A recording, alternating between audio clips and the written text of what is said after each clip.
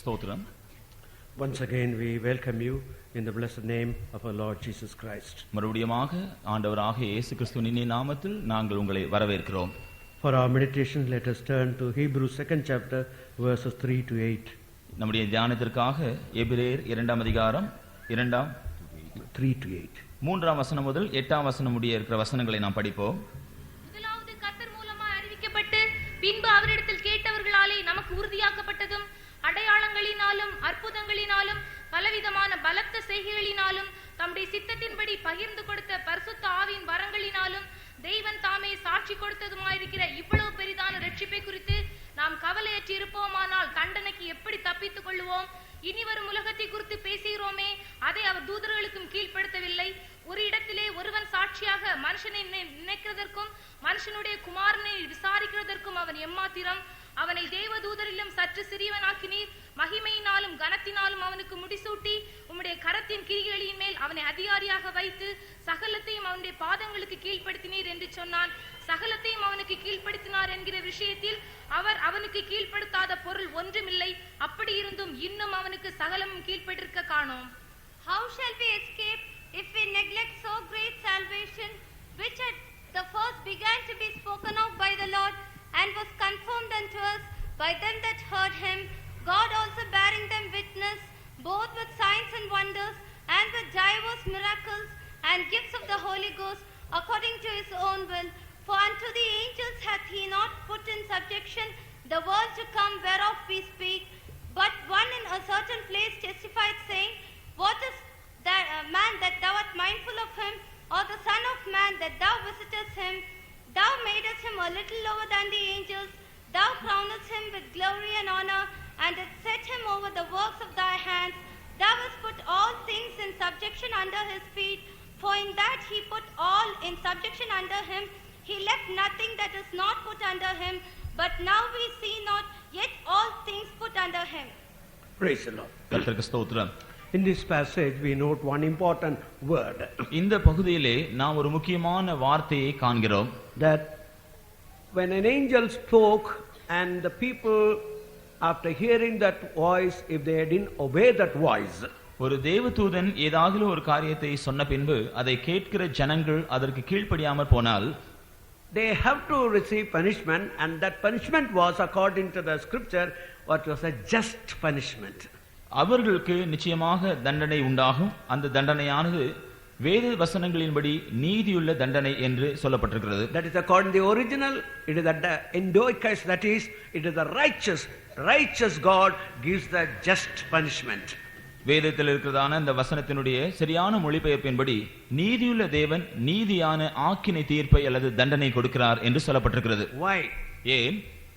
Punishment is there, but yet the word used just, I mean what God gives, the punishment is a just punishment. தண்டனை ஒன்று உண்டு, ஆனால் வேதத்தில் அதை பற்றி சொல்லி இருக்கும் பொழுது அந்த தண்டனையானது நீதியான தண்டனை என்று சொல்லி இருக்கிறது.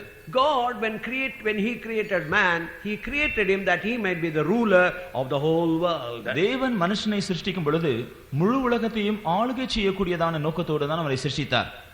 But man could not understand the plan of God, and he lost that particular what they call privilege that God gave unto him. ஆனால் மனுஷனோ தேவனுடைய நோக்கத்தை அறியாதவனாய் இருந்தபடியினால் தேவன் அவனுக்கு கொடுத்திருந்த அந்த குறிப்பிட்ட ஸ்லாக்கியத்தை நஷ்டப்படுத்தி விட்டான். He lost the rulership. அவன் அந்த ஆளுகையை இழந்து போனான். Now God wanted once again to bring him back to the former state. ஆனாலும் மறுபடியும் அவனை ஆதி நிலைமைக்கு திரும்பி கொண்டு வரும்படியாக தேவன் விரும்பினார். That very word salvation, according to the English word, it comes from the root word salvage.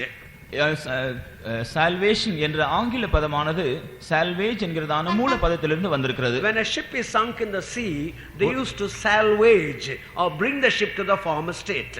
ஒரு கப்பல் கடலிலே மூழ்கும் என்றால் அதை மறுபடியும் மூழ்காமல் இருக்கக்கூடியதான நிலைமைக்கு அதை மீட்க வேண்டியது இருக்கிறது. So that is known as salvaging operations. அதுதான் மீட்கும் பணி என்று சொல்லப்பட்டிருக்கிறது. So in the same way, man who lost that what they call rulership has gone down, and God's desire was to bring him back to the first state. இதை போலவே ஆளுகை செய்யும்படியாக சிருஷ்டிக்கப்பட்ட மனுஷன் அந்த நிலைமையிலிருந்து தாழ்ந்து போய்விட்டான்.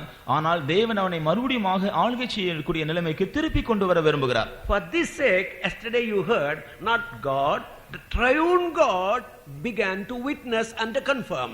அதற்காக நேற்று நீங்கள் கேள்விப்பட்ட வண்ணமாக தேவன் மாத்திரமல்ல, திருத்துவ தேவன் அதற்காக சாட்சி கொடுக்கிறார்கள், அந்த காரியத்தை உறுதிப்படுத்துகிறார்கள். God the Father, God the Son and God the Holy Spirit. பிதாவாகிய தேவனும் குமாரனாகிய தேவனும் பரிசுத்த ஆவியாகிய தேவனும் இதில் செயல்படுகிறார்கள். How did they witness and how did they confirm this great salvation? இந்த பெரிதான ரட்சிப்பை பற்றி அவர்கள் எப்படி சாட்சி கொடுக்கிறார்கள், எப்படி உறுதிப்படுத்துகிறார்கள்? By signs, by wonders and by miracles. அற்புதங்களினாலும் அடையாளங்களினாலும் அவர்கள் அதை செய்கிறார்கள். See, that means if the triune God with all the signs and wonders and miracles are confirmed about his great salvation, இவ்வளவு பெரிதான ரட்சிப்பை பற்றி திருத்துவ தேவன் அற்புதங்களினாலும் அடையாளங்களினாலும் பலத்த செய்கைகளினாலும் அதை உறுதிப்படுத்துவார்கள் என்றால், and if a man or a woman after hearing this, if he continually disobeys and rejects his salvation, ஒரு மனுஷனோ அல்லது ஸ்திரீயோ இந்த பெரிதான ரட்சிப்பை பற்றி கேள்விப்பட்ட பின்பு, தொடர்ந்து கேள்விப்பட்ட பின்பு அதற்கு கீழ்ப்படியாமற் போனால், definitely God will judge and that judgment will be a just punishment. நிச்சயமாக தேவன் அவர்களை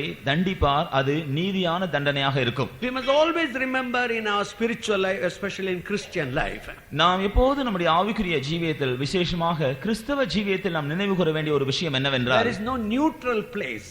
நாம் நடுநிலைமையில் இருக்கக்கூடிய ஒரு இடமே இல்லை.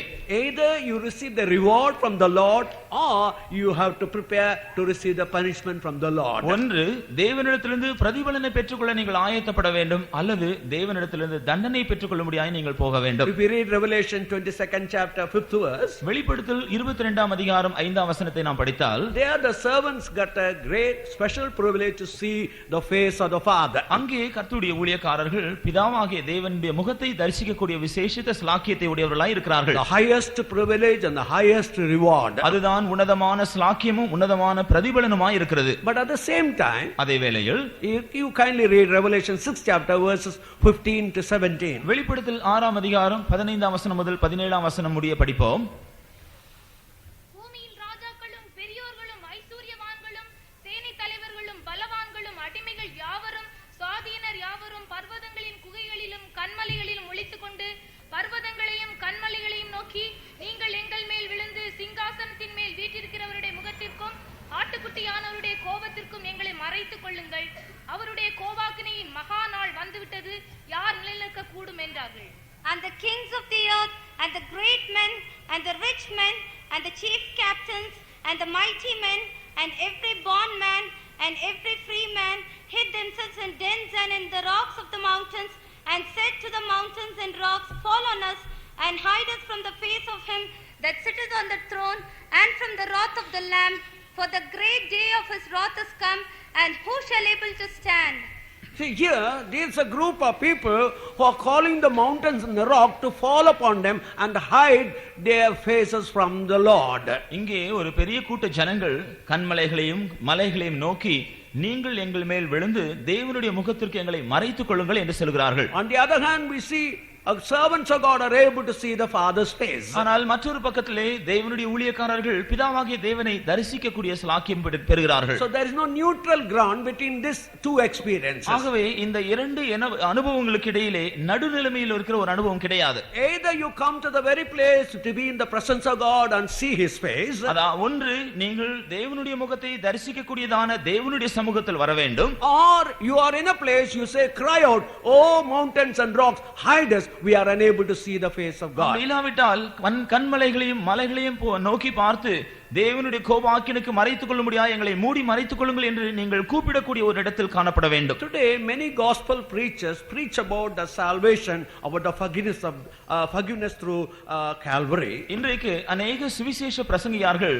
கல்வாரியின் மூலமாக கிடைக்கக்கூடிய பாவ மன்னிப்பை பற்றி பேசுகிறார்கள். But they very deftly, very carefully avoid the punishment that you will receive when you don't obey the gospel. ஆனால் சுவிசேஷத்திற்கு கீழ்ப்படியாத பட்சத்தில் உங்களுக்கு கிடைக்க போகிறதான தண்டனை பற்றி பேசுகிற விஷயத்தில் அவர்கள் மிகவும் ஞானமாக அதை மறைத்து விடுகிறார்கள். And they say we should not instill fear, we should not terrorize people to believe the gospel. அதற்கு அவர்கள் சொல்லுகிற காரணம் என்னவென்றால், ஜனங்களை நாம் பயப்படுத்த கூடாது, தேவனுடைய பெயரை சொல்லி அவர்களை நாம் பயப்பட வைக்க கூடாது என்று சொல்கிறார்கள். But the Bible says, knowing the terror of the Lord, we pursued people to believe on the Lord Jesus Christ. ஆனால் வேதத்தில் சொல்லப்பட்டிருக்கிறது என்னவென்றால், தேவனுடைய பயங்கரத்தை உணர்ந்தவர்களாய் தேவனுடைய ஜனங்கள் தேவனையே அவர்கள் ஏற்றுக்கொள்ளும்படியாக நாங்கள் அவர்களுக்கு போதிக்கிறோம் என்று என்று சொல்லி இருக்கிறது. So whenever the gospel is preached, these two things must be preached without anybody call adding or what they call subtracting. ஆனபடியால் தான் சுவிசேஷமானது பிரசங்கிக்கப்படும் பொழுது இந்த இரண்டு விஷயங்களையும் பற்றி இவைகளில் ஒன்றும் கூட்டியோ அல்லது குறைத்தோ செய்யாதபடி பிரசங்கிக்க வேண்டியது அவசியமாகும். This morning one of our brother had a dream.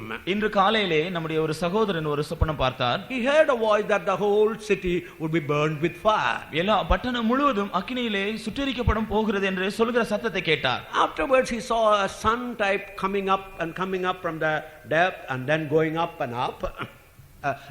Like a sun it comes up. அதன் பின்பு சூரியனை போல அது அப்படியே மேலே மெதுவாக அப்படி எழும்பி போய் கொண்டிருக்கிறதாம். Very soon he saw the whole place was sparks of fire like a rain coming, and the whole city destroyed by that fire. வெகு சீக்கிரத்திலே பட்டணம் முழுவதும் அக்கினியானது மழையை போல பொழிந்து எல்லா இடத்திலும் அக்கினி ஜுவாலைகள் எரிந்து அந்த பட்டணம் சுட்டெரிக்கப்பட்டு விட்டதாம். People are running skelter this side and that side and crying, but they are unable to save them. ஜனங்கள் இங்கும் அங்குமாக ஓடி தப்பிக்க முயன்றார்கள், ஆனால் அவர்களை ரட்சிக்க ஒருவரும் இல்லை. This brother also was searching where and he saw one or two people whom he know, and he was crying, and he was in a very in a terrorized state. இந்த சகோதரன் கூட எங்கே ஓடி தப்பிக்கொள்ளலாம் என்று ஓடும் பொழுது அவருக்கு அறிமுகமான ஒன்று இரண்டு பேரை அவர் சந்தித்து அவர்களிடத்தில் போகும் பொழுது அவர்களும் மிகவும் கலங்கின நிலைமையில் இருந்தார்களாம். This brought him a fear, and he began to pray in the presence of God. இது அவருக்கு பெரிய ஒரு பயத்தை உண்டாக்கியது. அதனால் அவர் தேவனுடைய சமூகத்திலிருந்து ஜெபிக்க ஆரம்பித்தார். Why? ஏன்? If you read 1 Peter 4th chapter, நீங்கள் முதலாம் பேதுரு 4ஆம் அதிகாரத்தில் படித்தால் verses 14 to 18, 14ஆம் வசனம் முதல் 18ஆம் வசனம் முடிய படிப்பீர்கள் என்றால் Peter says the time must come. பேதுரு சொல்கிறார் காலம் வந்திருக்கிறது. 17 to 18, 17ஆம் 18ஆம் வசனங்கள். நியாய தீர்ப்பு தேவனுடைய வீட்டிலே துவங்கும் காலமாயிருக்கிறது. முந்தி நம்மிடத்திலே அது துவக்கத்தினால் தேவனுடைய சுவிசேஷத்திற்கு கீழ்ப்படியாதவர்களின் முடிவு என்னமாயிருக்கும்? நீதிமானோ ரட்சிக்கப்படுவது அரிதானால் பக்தி இல்லாதவனும் பாவியும் எங்கே நிற்பான்? For the time has come that judgment must begin at the house of God, and if it first begin at us, what shall the end be of them that obey not the gospel of God? And if the righteous scarcely be saved, where shall the ungodly and the sinner appear? So the time must come that the judgment may come upon the house of God. தேவனுடைய வீட்டிலே நியாய தீர்ப்பு துவங்கி இருக்கிற காலம் வந்து விட்டது. Not only this brother's dream, all over wherever we go we hear such type of warnings. இந்த சகோதரனுக்கு கிடைத்ததான சொப்பனம் மாத்திரமல்ல, இந்த இன்றைக்கு உலகத்தில் எந்த இடத்தில் போனாலும் இப்படிப்பட்டதான எச்சரிப்பை நாம் பல விதங்களில் கேள்விப்படலாம். In the jungles of Andhra near west Godavari district, Godavari டிஸ்ட்ரிக்ட்ல இருக்கிற ஆந்திராவில் இருக்கிற ஒரு காட்டிலே there are 4 birds. அங்கு 4 பறவைகள் இருக்கின்றன. These 4 birds, after the 4 birds, 2 birds were speaking little clearly about something about scriptures. இந்த 4 பறவைகளில் 2 பறவைகள் மிகவும் தெளிவாக வேத வாக்கியங்களை பற்றி பேசுகின்றன. And 2 birds are telling in Telugu, Jesus is coming soon. அவைகளுக்கு அர்த்தமாக மற்ற 2 பறவைகள் தெலுங்கிலே இயேசு சீக்கிரம் வருகிறார் என்று சொல்கின்றன. The people of that jungle, they could not follow what it was. ஆனால் அந்த காட்டில் இருக்கிற ஜனங்களுக்கு இந்த வார்த்தைகள் அர்த்தம் தெரியவில்லை. But recently some of the Christian people were able to diagnose, and they photographed it and they took a video, what they call tape recorded, what they call the voice of the birds. ஆனால் இதை பற்றி கேள்விப்பட்ட வேறு சிலர் அங்கே போய் அந்த பறவைகளை அவர்கள் புகைப்படம் எடுத்தார்கள். அவைகள் பேசுகிறதான அந்த சத்தத்தையும் கூட அவர்கள் பதிவு செய்தார்கள். Hundreds of people are going and watching. They are fearing Jesus is coming soon. இப்பொழுது நூற்றுக்கணக்கான ஜனங்கள் போய் அதை பார்த்து அதை கேட்கும் பொழுது மிகவும் பயந்து நடுங்குகிறார்கள். Dear brother, dear sister, this convention is one of the convention you are blessed to have. அருமையான ஜனங்களே, இந்த கன்வென்ஷன் நீங்கள் ஆசீர்வதிக்கப்படும்படியாக நீங்கள் பெற்றிருக்கிற ஒரு கன்வென்ஷன் ஆகும். Don't think that you may have the same time continually in this very country. இப்படி convention உங்களுக்கு கிடைத்திருக்கிற அப்படினால் உண்மையாக நீங்கள் ஆசீர்வதிக்கப்பட்டவர்கள். ஏனென்றால் இனி தொடர்ந்து இப்படிப்பட்ட ஒரு சந்தர்ப்பம் உங்களுக்கு கிடைக்கும் என்று நீங்கள் நினைக்க வேண்டாம். Very soon a day of what they call a kind of a great turmoil will happen in our own country. ஏனென்றால் வெகு சீக்கிரத்தில் தேவனுடைய கோபாக்கினை கொந்தளிப்பு நம்முடைய பட்டண தேசத்திலே சம்பவிக்க போகிறது. Not only in the country, it may happen in your own life. இது தேசத்தில் மாத்திரமல்ல, உங்களுடைய சொந்த ஜீவியத்திலும் கூட வரலாம். It may happen tonight or tomorrow, any time. அது இன்று ராத்திரியோ அல்லது வேறு எந்த வேளையிலும் நடக்கலாம். For years you have heard the gospel. பல வருஷங்களாக நீங்கள் சுவிசேஷம் கேட்டீர்கள். But now the Lord has given you one more chance. ஆனால் தேவன் இப்பொழுது உங்களுக்கு ஒரு சந்தர்ப்பத்தையும் கூட கூட்டி தந்திருக்கிறார். And that's why through dreams, through visions, and through many things, God is reminding the people that they have to be ready for the coming of the Lord. ஆனபடியால் தான் சொப்பனங்கள் மூலமாகவும் தரிசனங்கள் மூலமாகவும் இன்னும் பலவிதங்களிலும் அவருடைய வருகை சமயமா இருக்கிறது என்றும் ஜனங்கள் ஆயத்தமா இருக்க வேண்டும் என்றும் தேவன் எச்சரித்துக் கொண்டிருக்கிறார். Now I told you God's great desire was that man once again must become the ruler. தேவனுடைய மிகப்பெரிய வாஞ்சை மனுஷன் மறுபடியுமாக ஆளுகை செய்யக்கூடியவனாக திரும்பி கொண்டு வரப்பட வேண்டும் என்பதை நான் சொன்னேன். The worldly rulers are what they call controlled by kind of a certain provisions. இந்த உலகத்தில் இருக்கிற ஆளுகை செய்கிறவர்கள் தலைவர்கள் சில காரியங்கள் மூலமாக கட்டுப்படுத்தப்படுகிறார்கள். They may be ruling a country for 6 months, 1 year, 5 years, 30 years, 40 years. அவர்கள் இந்த தேசத்தை ஒருவேளை 6 மாதங்களோ 1 வருஷங்களோ அல்லது 20 அல்லது 30 வருஷங்களோ 40 வருஷங்களோ ஆளுகை செய்யலாம். But when you become a ruler in the kingdom of God, ஆனால் நீங்கள் தேவனுடைய ராஜ்யத்திலே ஒரு ஆளுகை செய்கிறவராய் மாறும் பொழுது you have to become a ruler forever and ever. நீங்கள் நித்திய காலமாக ஆளுகை செய்யக்கூடியவர்களாய் மாறுவீர்கள். For that, unless and until you put off this mortal body and put on the immortal body, அதற்காக இந்த அழிவுக்குரிய சரீரத்தை சாவுக்கிதமான சரீரத்தை நீங்கள் களைந்து போட்டு சாவாமை உள்ள சரீரத்தை தரித்துக் கொள்ளாவிட்டால் you cannot come to that what they call ruler state. நீங்கள் அந்த ஆளுகை செய்யக்கூடிய நிலைமைக்கு வர முடியாது. In that God's kingdom there is a group called angels. தேவனுடைய ராஜ்யத்திலே தேவ தூதர்கள் என்கிற ஒரு கூட்டத்தார் உண்டு. They are immortal, they cannot die. அவர்கள் அழிவில்லாதவர்கள், அவர்கள் மரிக்க மாட்டார்கள். That's why when Lucifer rebelled against God, he fell down, and even now he cannot come back to the first state. ஆனபடியால் தான் லூசிபர் என்கிற ஒரு தேவதூதன் தேவனுக்கு விரோதமாக கலகம் செய்த பொழுது அவன் விழுந்து போனான். அவன் மறுபடியுமாக அந்த இடத்திற்கு வர முடியாது. When God created man, தேவன் மனுஷனை சிருஷ்டித்த பொழுது he created man that he may face death. That is, he was created that he could face death.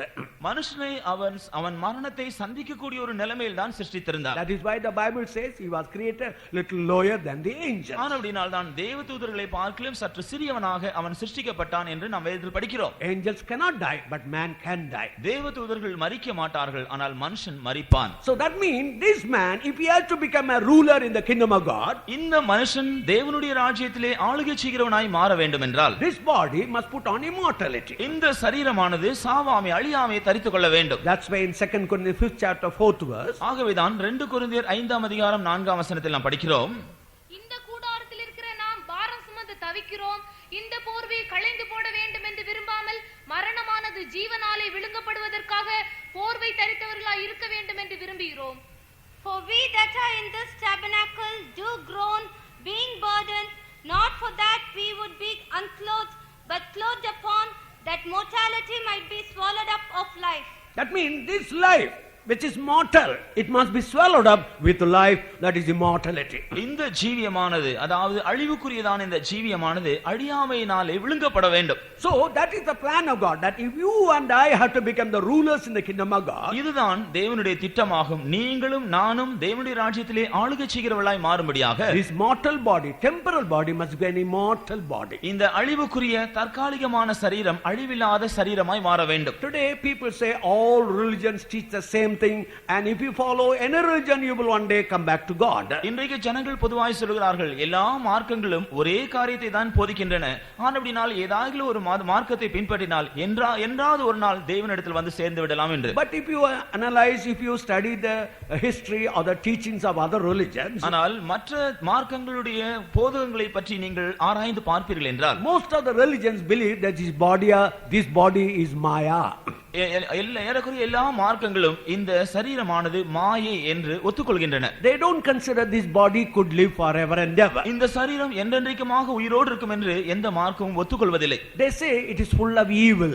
இது தீமை நிறைந்த சரீரம் என்று சொல்கிறார்கள். That's why they go to the jungles, they take penance and they destroy this body. ஆனபடினால் தான் காடுகளில் போய் தவம் எடுத்து அவர்கள் இருந்து தங்களுடைய சரீரங்களை ஒடுக்குகிறார்கள். Even after death they say it will not die, it will not live forever, it will be immersed. மரணத்திற்கு பின்பும் இது என்றென்றைக்கும் ஜீவிக்காது, இது அப்படியே ஏதோ ஒன்றில் மூழ்கிவிடும் என்று சொல்கிறார்கள். How? எப்படி? Take a little salt, கொஞ்சம் உப்பை எடுத்துக்கொள்ளுங்கள். Put it in a cup of water. அதை ஒரு கப்பில் இருக்கிற தண்ணீரிலே போடுங்கள். The salt is dissolved in the water. இந்த உப்பானது தண்ணீரில் கரைந்து விடுகிறது. Afterwards, if you try to take the salt, you cannot take the salt. அதன் பின்பு அதிலிருந்து உப்பை மறுபடியும் எடுக்க பிரயாசப்பட்டால் முடியாது. In the same way, இதை போலவே you are now living in this body. இன்றைக்கு நாம் இந்த சரீரத்திலே ஜீவிக்கிறோம். After so many cycles of birth, அதன் பின்பு பல மறுபிறப்புகள் வந்த பின்பு you will be immersed into God or Brahma. That's all. நீங்கள் பிரம்மா அல்லது தேவனுக்குள் அப்படியே மூழ்கி விடுவீர்கள் என்று So சொல்கிறார்கள். that means this body has no hope at all. அதாவது இந்த சரீரத்திற்கு எந்த நம்பிக்கையுமே இல்லை. That's why most of the religion, when people they die, they go and burn this body. ஆனபடினால் தான் பல மார்க்கங்களிலும் ஒருவர் மரித்த பின்பு அவர்கள் இந்த சடலத்தை கொண்டு போய் எரித்து விடுகிறார்கள். But when Christ came into this world, ஆனால் கிறிஸ்து இந்த உலகத்திற்கு வந்த பொழுது according to Hebrews 10 chapter 5th verse, எபிரேயர் 10 அதிகாரம் 5 வசனத்தின்படி he said, "Lo, thou hast prepared a body for me." அவர் சொல்கிறார், ஆண்டவரே இதோ நீர் எனக்கு ஒரு சரீரத்தை ஆயத்தப்படுத்தினீர். That means when Christ came into the world, he changed the whole concept of all the other religions. அதாவது இயேசு கிறிஸ்து இந்த உலகத்தில் வந்த பொழுது மற்ற எல்லா மார்க்கங்களுடைய அபிப்பிராயத்தை முற்றிலுமாய் மாற்றிவிட்டார். Other people thought this body is the source of evil. மற்ற எல்லா மார்க்கத்தார்களும் இந்த சரீரம் எல்லா தீமைக்கும் காரணமா இருக்குது என்று சொன்னார்கள். But here Christ says, "Thou hast prepared a body that I may do the will of God." ஆனால் கிறிஸ்து சொல்கிறது என்னவென்றால், ஆண்டவரே உம்முடைய சித்தம் செய்யும்படியாக நீர் இந்த சரீரத்தை ஆயத்தப்படுத்தினீர். So this body is not evil, but how you use this body. ஆனபடினாலே இந்த சரீரம் தீமை அல்ல, இந்த சரீரத்தை நீங்கள் எப்படி உபயோகப்படுத்துகிறீர்களோ அதுதான் தீமையாக இருக்கிறது. Take a knife. ஒரு கத்தியை எடுத்துக்கொள்ளுங்கள். You can cut the vegetables in your kitchen. நீங்கள் அதை சமையலறையில் இருக்கிற காய்கறிகளை வெட்டுவதற்கு At உபயோகப்படுத்தலாம். the same time, the same knife could be used to kill a man. அதே கத்தியை நீங்கள் அன்று ராத்திரி ஒரு மனுஷனை கொன்று போடும்படியாக உபயோகப்படுத்தலாம். Because you use that knife to kill a man, you cannot say the knife is bad. இந்த கத்தியை ஒரு மனுஷனை கொன்று போட நீங்கள் உபயோகப்படுத்தினபடினால் கத்தி பொல்லாதது என்று நீங்கள் சொல்ல முடியாது. Your eyes are good. உங்களுடைய கண்கள் நல்லது, Your hands are good. உங்களுடைய கைகள் நல்லவைகள் தான். A good God created a good body. நல்ல தேவன் உங்களுக்கு ஒரு நல்ல சரீரத்தை சிருஷ்டித்திருக்கிறார். But you must know how to use it. ஆனால் இந்த சரீரத்தை எப்படி உபயோகப்படுத்த வேண்டும் என்று நீங்கள் தெரிந்து கொள்ள வேண்டும். And because people do not know it, they blame this body. ஜனங்களுக்கு இது தெரியாதபடியால் தான் இந்த சரீரத்தை அவர்கள் குறை சொல்கிறார்கள். In the Bible you find a balanced view of this body. வேதத்திலே இந்த சரீரத்தை நிதானமாக நடத்தக்கூடியதான ஒரு தரிசனத்தை பார்க்கலாம். In Psalms 103 verse 14, 103ஆம் சங்கீதம் 14ஆம் வசனத்தில் the psalmist says this body is made of clay. சங்கீதக்காரன் சொல்கிறான் இந்த சரீரம் மண்ணினாலே உருவாக்கப்பட்டது. At the same time, Psalms 139 verse 14, அதே வேளையில் 139ஆம் சங்கீதம் 14ஆம் வசனத்தில் it's a fearfully made. It's a great. He could not understand the mystery behind this body. இது மிகவும் பயப்படக்கூடிய விதத்தில் ஆச்சரியமான விதத்தில் உருவாக்கப்பட்டது. இதை எப்படி உருவாக்கினார் என்பதை விளங்கிக் கொள்ள முடியாது என்று சொல்கிறார். Two views. இரண்டு விதமான நோக்குகள். One is made of clay only. ஒன்று மண்ணினாலே உண்டாக்கப்பட்டது என்று சொல்வது. But the other is a fearfully, is a great master creation of God. மற்றொன்று இது மிகப்பெரிய தேவனுடைய ஒரு அதிசயமான படைப்பு. Look at your body. உங்களுடைய சரீரத்தை நோக்கி பாருங்கள். Blood vessels are so long, they say 96,500 kilometers length of blood vessels are in your body. உங்களுடைய சரீரத்தில் இருக்கிற இரத்த குழாய்கள் மிகவும் நீளமானவைகளாம். அவைகளுடைய நீளத்தை கணக்கிட்டால் 96,500 கிலோமீட்டர் நீளம் உள்ளவைகள் என்று சொல்கிறார்கள். Look at your tongue. உங்களுடைய நாவை பாருங்கள். 10,000 taste buds are there. இதிலே 10,000 சுவை ருசிக்கக்கூடியதான நரம்புகள் இருக்கின்றதாய் சொல்கிறார்கள். You can taste bitter things, you can taste what they call sweet things. நீங்கள் இதிலே கசப்பு சுவையை நீங்கள் ருசிக்கலாம், இனிப்பு சுவையை நீங்கள் ருசிக்கலாம். You can taste saltish thing. இதேபோல உப்பினுடைய சுவையை நீங்கள் ருசிக்கலாம். In one tongue you have got different buds that can taste different things. இந்த ஒரே நாவிலே பல சுவைகளை நீங்கள் ருசிக்கக்கூடியதான அந்த தன்மைகள் உண்டு. Your bones are so strong, even the RCC cement cannot come against it. உங்களுடைய எலும்புகளை கவனித்தால் அவைகள் இந்த RCC சிமெண்ட் இருக்கிற உறுதியை பார்க்கல உறுதியுள்ளவைகள் என்று சொல்கிறார்கள். And there's a type of acid in your stomach that can burn any skin. அதே போலவே உங்களுடைய வயிற்றிலும் ஒரு விதமான அமிலம் இருக்கிறதாம். அது எந்த தோலையும் அது அப்படியே பஸ்பமாக்கி விடும். But at the same time your skin is not burnt. ஆனால் உங்களுடைய தோல் அது எரிந்து போகவில்லை. Look at your heart. Look at your heart. உங்களுடைய இருதயத்தை பாருங்கள். 24 hours. அது 24 மணி நேரமும் day after day. ஒவ்வொரு நாளும் hour by hour. ஒவ்வொரு மணி நேரமும் minute by minute. ஒவ்வொரு நிமிஷமும் it's pumping. அது இரத்தத்தை அது செலுத்திக் கொண்டே இருக்கிறது. So for an average man who lives for 60 years, 60 வருஷங்கள் ஜீவனோடு இருக்கிற ஒரு மனுஷனுடைய வாழ்நாள் சாதாரணமா சராசரியாக 60 வருஷங்கள். Just count how much time the heart must have been pumping blood. அப்படி என்றால் இந்த 60 வருஷங்களிலே இந்த இரத்தமான எத்தனை முறை இந்த இரத்தத்தை அது அழுத்தி செலுத்தி இருக்கும். But yet see how wonderfully the heart is working. ஆனால் எவ்வளவு ஆச்சரியமாக இந்த இருதயமானது செயல்படுகிறது. So on one side it is made of clay, ஒரு பக்கத்திலே இது மண்ணினால் உருவாக்கப்பட்டிருந்தாலும் other side it's the master creation of a loving God. மற்றொரு பக்கத்திலே அன்புள்ள தேவனுடைய ஒரு அதிசயமான படைப்பு என்றும் சொல்லப்பட்டிருக்கிறது. Why? ஏன்? God's desire that this body must be his own temple. தேவனுடைய வாஞ்சை என்னவென்றால் இந்த சரீரம் அவருடைய ஆலயமாய் மாற வேண்டும். People thought this body is full of evil and maya. ஜனங்கள் இந்த சரீரம் தீமை நிறைந்தது என்றும் மாயை என்றும் சொல்கிறார்கள். But God's desire is he wants to turn your own body as a temple of his. ஆனால் தேவனுடைய வாஞ்சியோ உங்களுடைய சரீரத்தை அவருடைய சொந்த ஆலயமாய் மாற்ற விரும்புகிறார். That's why according to 1 Corinthians 3rd chapter 17th verse. ஆகவேதான் 1 கொரிந்தியர் 3ஆம் அதிகாரம் 17ஆம் வசனத்தில் ஒருவன் தேவனுடைய ஆலயத்தை கெடுத்தால் அவனை தேவன் கெடுப்பார். தேவனுடைய ஆலயம் பரிசுத்தமாய் இருக்கிறது, நீங்களே அந்த ஆலயம். If any man defile the temple of God, him shall God destroy, for the temple of God is holy, which temple are ye? So this body is a temple, so you cannot destroy this body. இந்த சரீரமானது தேவனுடைய ஆலயமாய் இருக்கிறது, நீங்கள் அதை கெடுக்க முடியாது. If you go through the history of the world, நீங்கள் உலக சரித்திரத்திலே கவனித்து பார்த்தால் many people went to jungles, they took up what they call sannyas, they afflicted their body, they mutilated their body.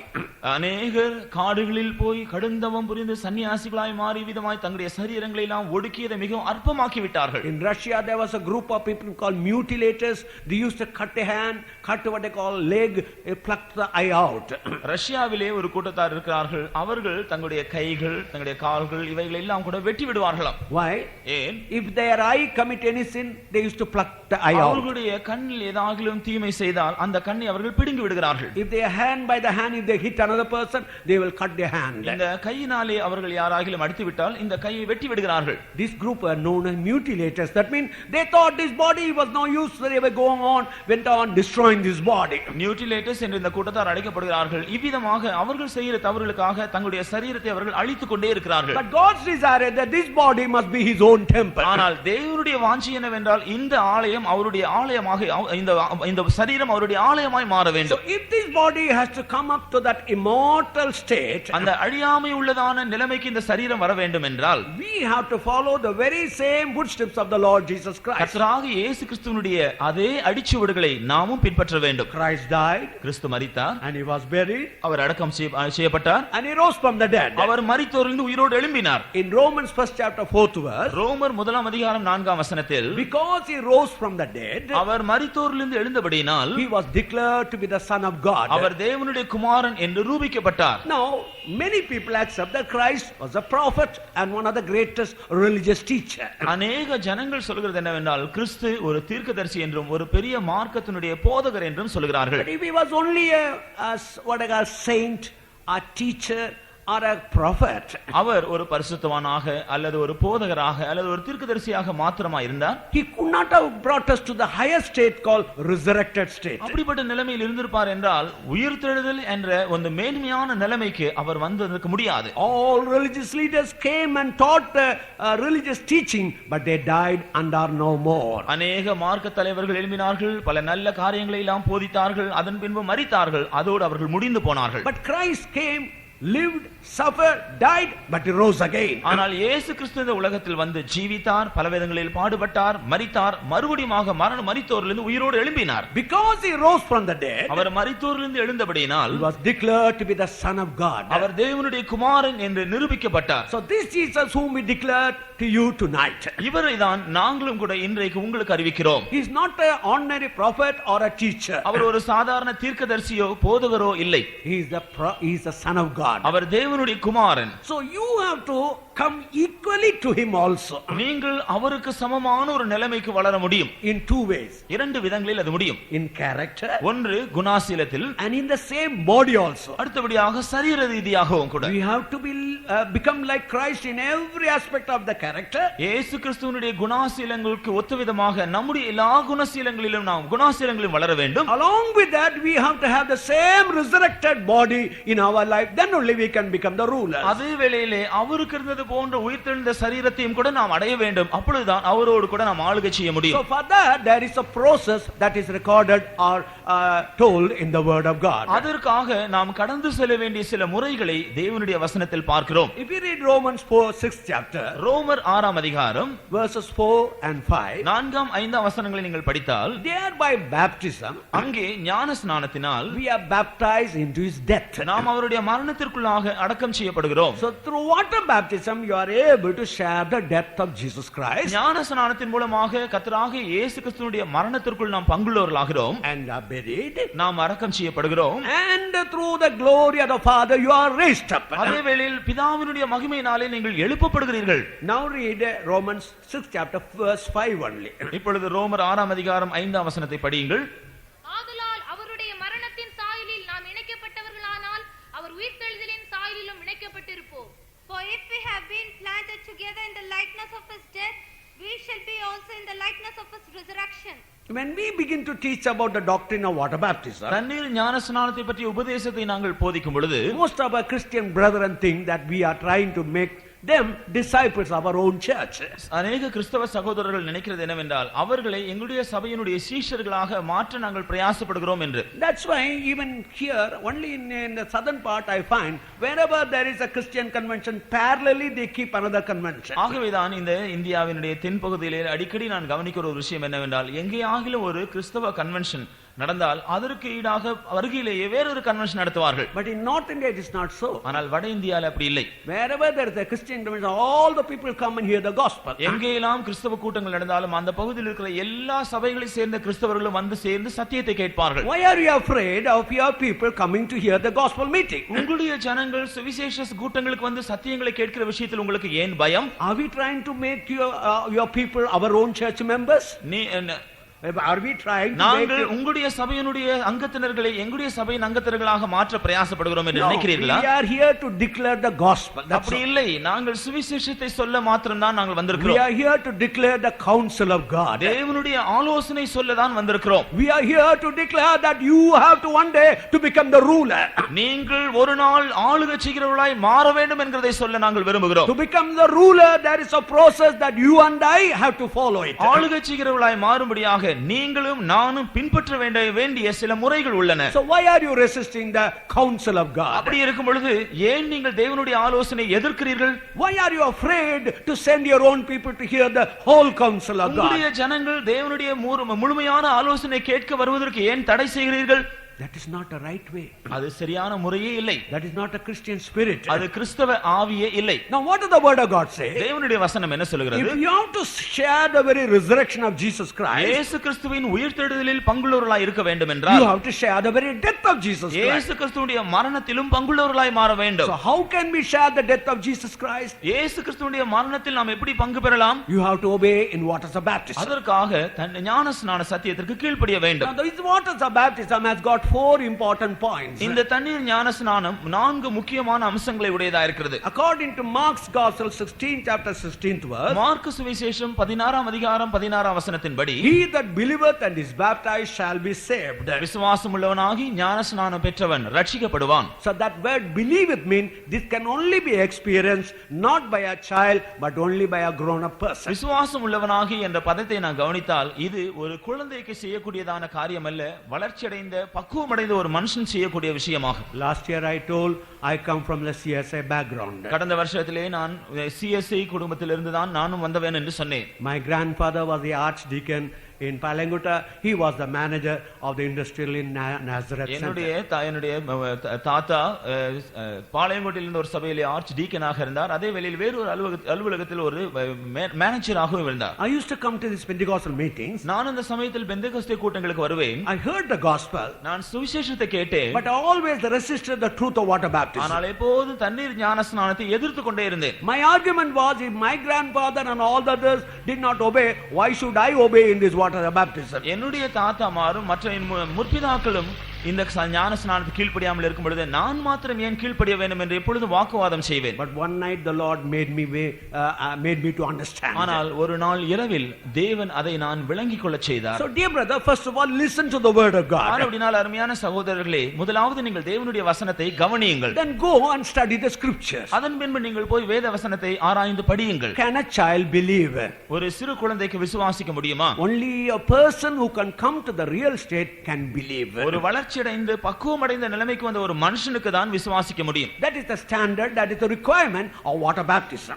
ஞான ஸ்நானம் எடுப்பதற்கு அவசியமான ஒரு தகுதி இதுதான். Secondly, the very word baptism means baptizo, means immersion. இரண்டாவதாக இந்த ஞான ஸ்நானம் என்ற வார்த்தையினுடைய ஆங்கில பதத்தினுடைய மூல பதம் baptizo. That means according to Mark's gospel first chapter 10th verse, அதாவது மார்க்கு சுவிசேஷம் 1ஆம் அதிகாரம் 10ஆம் வசனத்தின்படி, when Christ took baptism, கிறிஸ்து ஞான ஸ்நானம் பெற்ற பொழுது he went into the water and was immersed. அவர் தண்ணீருக்குள் இறங்கி அவர் முழுகினார். So that means this baptism must be only by the mode of immersion. ஆனபடியால் இந்த ஞான ஸ்நானமானது முழுகுதல் என்கிற முறைமையில் தான் கொடுக்கப்பட The வேண்டும். Bible does not speak any other method. That only method is immersion.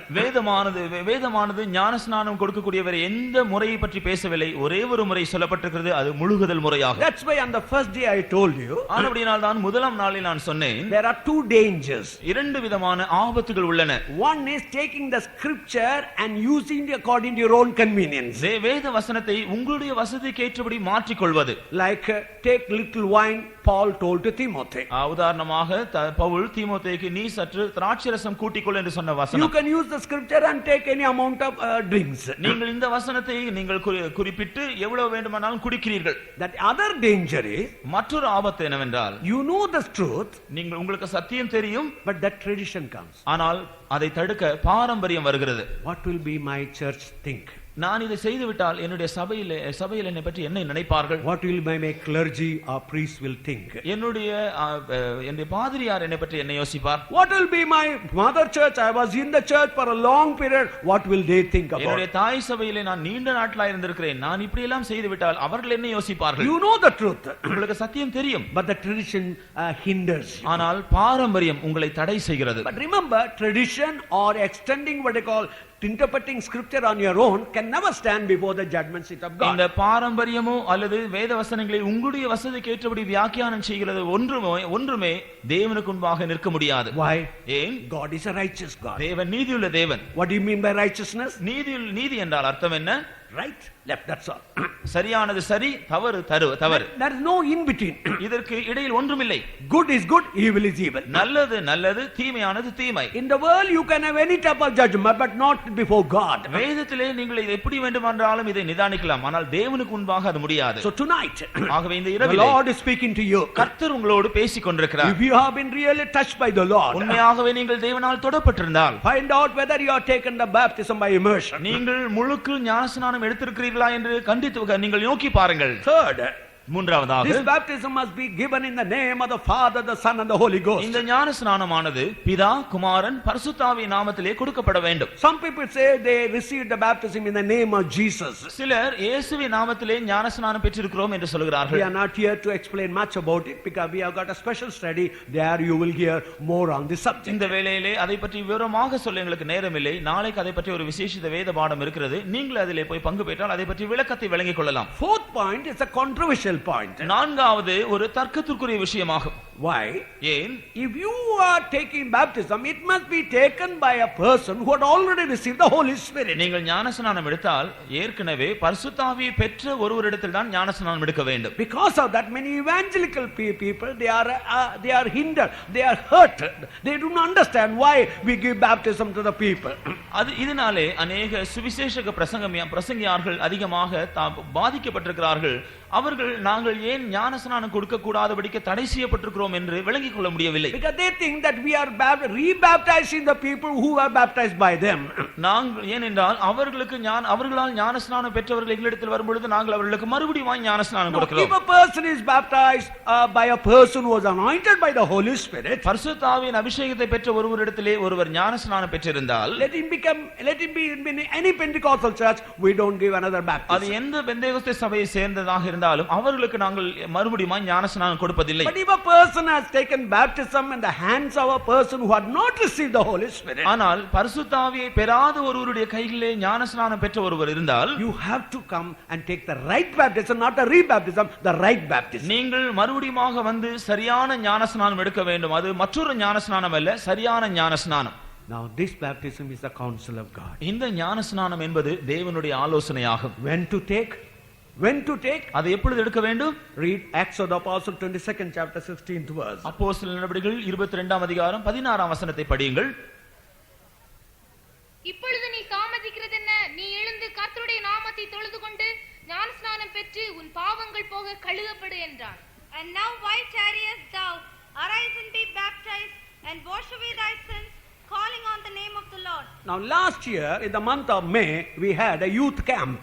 கடந்த வருஷத்தில் மே மாதத்தில் ஒரு வாலிபர் கூட்டம் எங்களுக்கு நடந்தது. God willing, this month of May also, the second week, we will be having a youth camp in Madras. தேவனுக்கு சித்தமானால் இந்த வருஷத்திலும் கூட மே மாதம் 2ஆம் வாரம் 8ஆம் தேதியிலிருந்து சென்னையிலே வாலிபர் முகாம் நடைபெற இருக்கிறது. Send your young daughters and sons to this youth camp that they may be get revived and brought to the knowledge of the Lord. வாலிபராய் இருக்கிற உங்களுடைய பிள்ளைகள், உங்களுடைய பையன்களை நீங்கள் ஆவிக்குரிய ஜீவியத்தில் அவர்கள் ஆசீர்வதிக்கப்படும்படியாக, உயிர்ப்பிக்கப்படும்படியாக நீங்கள் அந்த வாலிபர் முகாமுக்கு அனுப்பி வையுங்கள். On the last Sunday, last day of the camp, I saw hundreds of children waiting for take water baptism. அந்த வாலிபர் முகாமுடைய கடைசி நாளில் நூற்றுக்கணக்கான பிள்ளைகள் ஞானஸ்நானம் பெற அப்படியே காத்திருந்ததை நான் பார்த்தேன். First I couldn't understand why all these young girls and boys are standing like that. முதலாவதாக இந்த வாலிப பிள்ளைகளும் பையன்களும் ஏன் இப்படி வரிசையில் நிற்கிறார்கள் என்று எனக்கு தெரியவில்லை. I came down and asked, why are you taking baptism? நான் அங்கே வந்து அவர்களிடத்தில் ஏன் இப்படி இருக்கிறீர்கள் என்று கேட்டேன். They were crying. அவர்கள் எல்லாரும் அழுது கொண்டிருந்தார்கள். Young about 14, 16, like they were crying. சில பிள்ளைகள் 14 முதல் 16 வயதுக்குட்பட்ட பிள்ளைகள் தான் அநேகர். Pastor, if we don't take baptism, we will not be made ready for the coming of the Lord. அவர்கள் அழுது கொண்டு சொன்னார்கள், பாஸ்டர், நாங்கள் ஞானஸ்நானம் எடுக்காவிட்டால் கர்த்தருடைய வருகைக்கு ஆயத்தமாக முடியாதே. One Sunday, nearly 378 children obeyed in waters of baptism. அன்றைக்கு ஞாயிற்றுக்கிழமை மாத்திரம் 378 பிள்ளைகள் விதமாக ஞானஸ்நானத்துக்கு கீழ்ப்படிந்தார்கள். So don't delay to obey the waters of baptism. ஆனபடியால் ஞானஸ்நானத்திற்கு கீழ்ப்படிகிற விஷயத்தில் தாமதிக்காதீர்கள். Why? ஏன்? That's what why I brought the subject of water baptism is, நான் தண்ணீர் ஞானஸ்நானத்தை பற்றிய விஷயத்தை ஏன் கொண்டு வந்தேன் என்றால், this baptism is the one prepares you for the resurrection. இந்த ஞானஸ்நானம் தான் உங்களை உயிர்த்தெழுதலுக்கு ஆயத்தப்படுத்துகிற ஒன்று. As Christ died and was buried and was raised up by the glory of the Father, இயேசு கிறிஸ்து மரித்து அடக்கம் பண்ணப்பட்டு பிதாவினுடைய மகிமையினாலே எழுப்பப்பட்டது போல, in the same way when you share the very death and the burial of Jesus Christ, இதே விதமாக இயேசு கிறிஸ்துவினுடைய மரணத்திலும் அடக்கத்திலும் நீங்களும் பங்கு பெற்றால், you will be raised. நீங்களும் கூட எழுப்பப்படுவீர்கள். Joining a church, joining a Pentecostal church is a secondary matter. The first thing is you must be ready for the resurrection. ஒரு சபையை சேர்ந்து கொள்வதோ அல்லது பெந்தகோஸ்து சபையை சேர்ந்து கொள்வதோ இரண்டாவது விஷயம். முதலாவது காரியம், நீங்கள் கர்த்தருடைய வருகைக்காக ஆயத்தப்பட வேண்டும். Because resurrection is the important truth of all Christians. உயிர்த்தெழுதல் என்று சொல்வது எல்லா கிறிஸ்தவ சபைகளுக்கும் இருக்கக்கூடியதான ஒரு முக்கியமான சத்தியம். If you remove the message of resurrection, there is no Christian message at all. நீங்கள் உயிர்த்தெழுதல் என்றதான பகுதியை உங்களுடைய தூதிலிருந்து நீங்கள் அகற்றி விட்டீர்கள் என்றால் அது கிறிஸ்தவ மார்க்கத்துக்குரிய ஒரு தூதை செய்தியே இல்லை.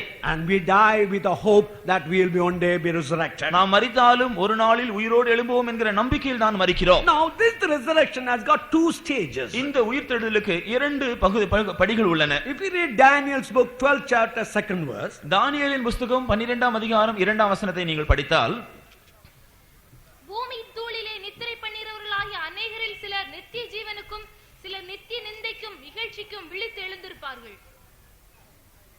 And many of them that sleep in the dust of the earth shall awake, some to everlasting life, some to shame and everlasting condemnation. this is known as the common resurrection. இது பொதுவான உயிர்த்தெழுதல் என்று When சொல்லப்பட்டிருக்கிறது. you take a seed and sow it into the ground, ஒரு விதையை நீங்கள் நிலத்திலே விதைத்தால் it dieth but it shoot out a new plant. அது மரிக்கிறது, அதிலிருந்து ஒரு புதிய செடி உருவாகிறது. All have to die one day and all will be rising up. இதை போல எல்லாரும் ஒரு நாளில் மரிக்க வேண்டும், எல்லாரும் மறுபடியும் In எழும்புவார்கள். that a greater part will go to the greater contempt and everlasting punishment. அவைகளிலே ஒரு பெரும்பான்மையான பகுதியினர் ஒரு நித்திய அழிவுக்கும் நித்திய நிந்தைக்கும் போகிறார்கள். And a part will go for it, inherit everlasting life. வேறொரு கூட்டத்தார் நித்திய ஜீவனை சுதந்தரிக்க போகிறார்கள். But if you read Revelation 20th chapter verses 5 and 6. ஆனால் வெளிப்படுத்தின விசேஷம் 20ஆம் அதிகாரம் 4ஆம் 5ஆம் வசனங்களை நீங்கள் படித்தால் 5 and 6. அன்றியும் நான் 5ஆம் 6ஆம் வசனங்கள். மரணமடைந்த மற்றவர்கள் அந்த 1000 வருஷம் முடியுமளவும் உயிரடையவில்லை. இதுவே முதலாம் உயிர்த்தெழுதல். முதலாம் உயிர்த்தெழுதலுக்கு பங்குள்ளவன் பாக்கியவானும் பரிசுத்தவானுமாயிருக்கிறான். இவர்கள் மேல் இரண்டாம் மரணத்துக்கு அதிகாரம் இல்லை. இவர்கள் தேவனுக்கும் கிறிஸ்துவுக்கும் முன்பாக ஆசாரியராயிருந்து அவரோடே கூட 1000 வருஷம் அரசாழ்வார்கள். But the rest of the dead live not again until the 1000 years were finished. This is the first resurrection. Blessed and holy is he that hath part in the first resurrection. On such the second death hath no power, but they shall be priests of God and of Christ, and shall reign with him 1000 years. Now what will they do? What will they do? அவர்கள் என்ன செய்வார்கள்? They will reign with Christ for 1000 years. அவர்கள் கிறிஸ்துவுடனே கூட 1000 வருஷம் அரசாட்சி செய்வார்கள். What was the plan of God? தேவனுடைய நோக்கம் என்ன? That man once again must become the ruler. மனுஷன் மறுபடியுமாக ஆளுகை செய்கிறவனாய் மாற வேண்டும். So the purpose of the gospel is to bring you to the knowledge of the truth.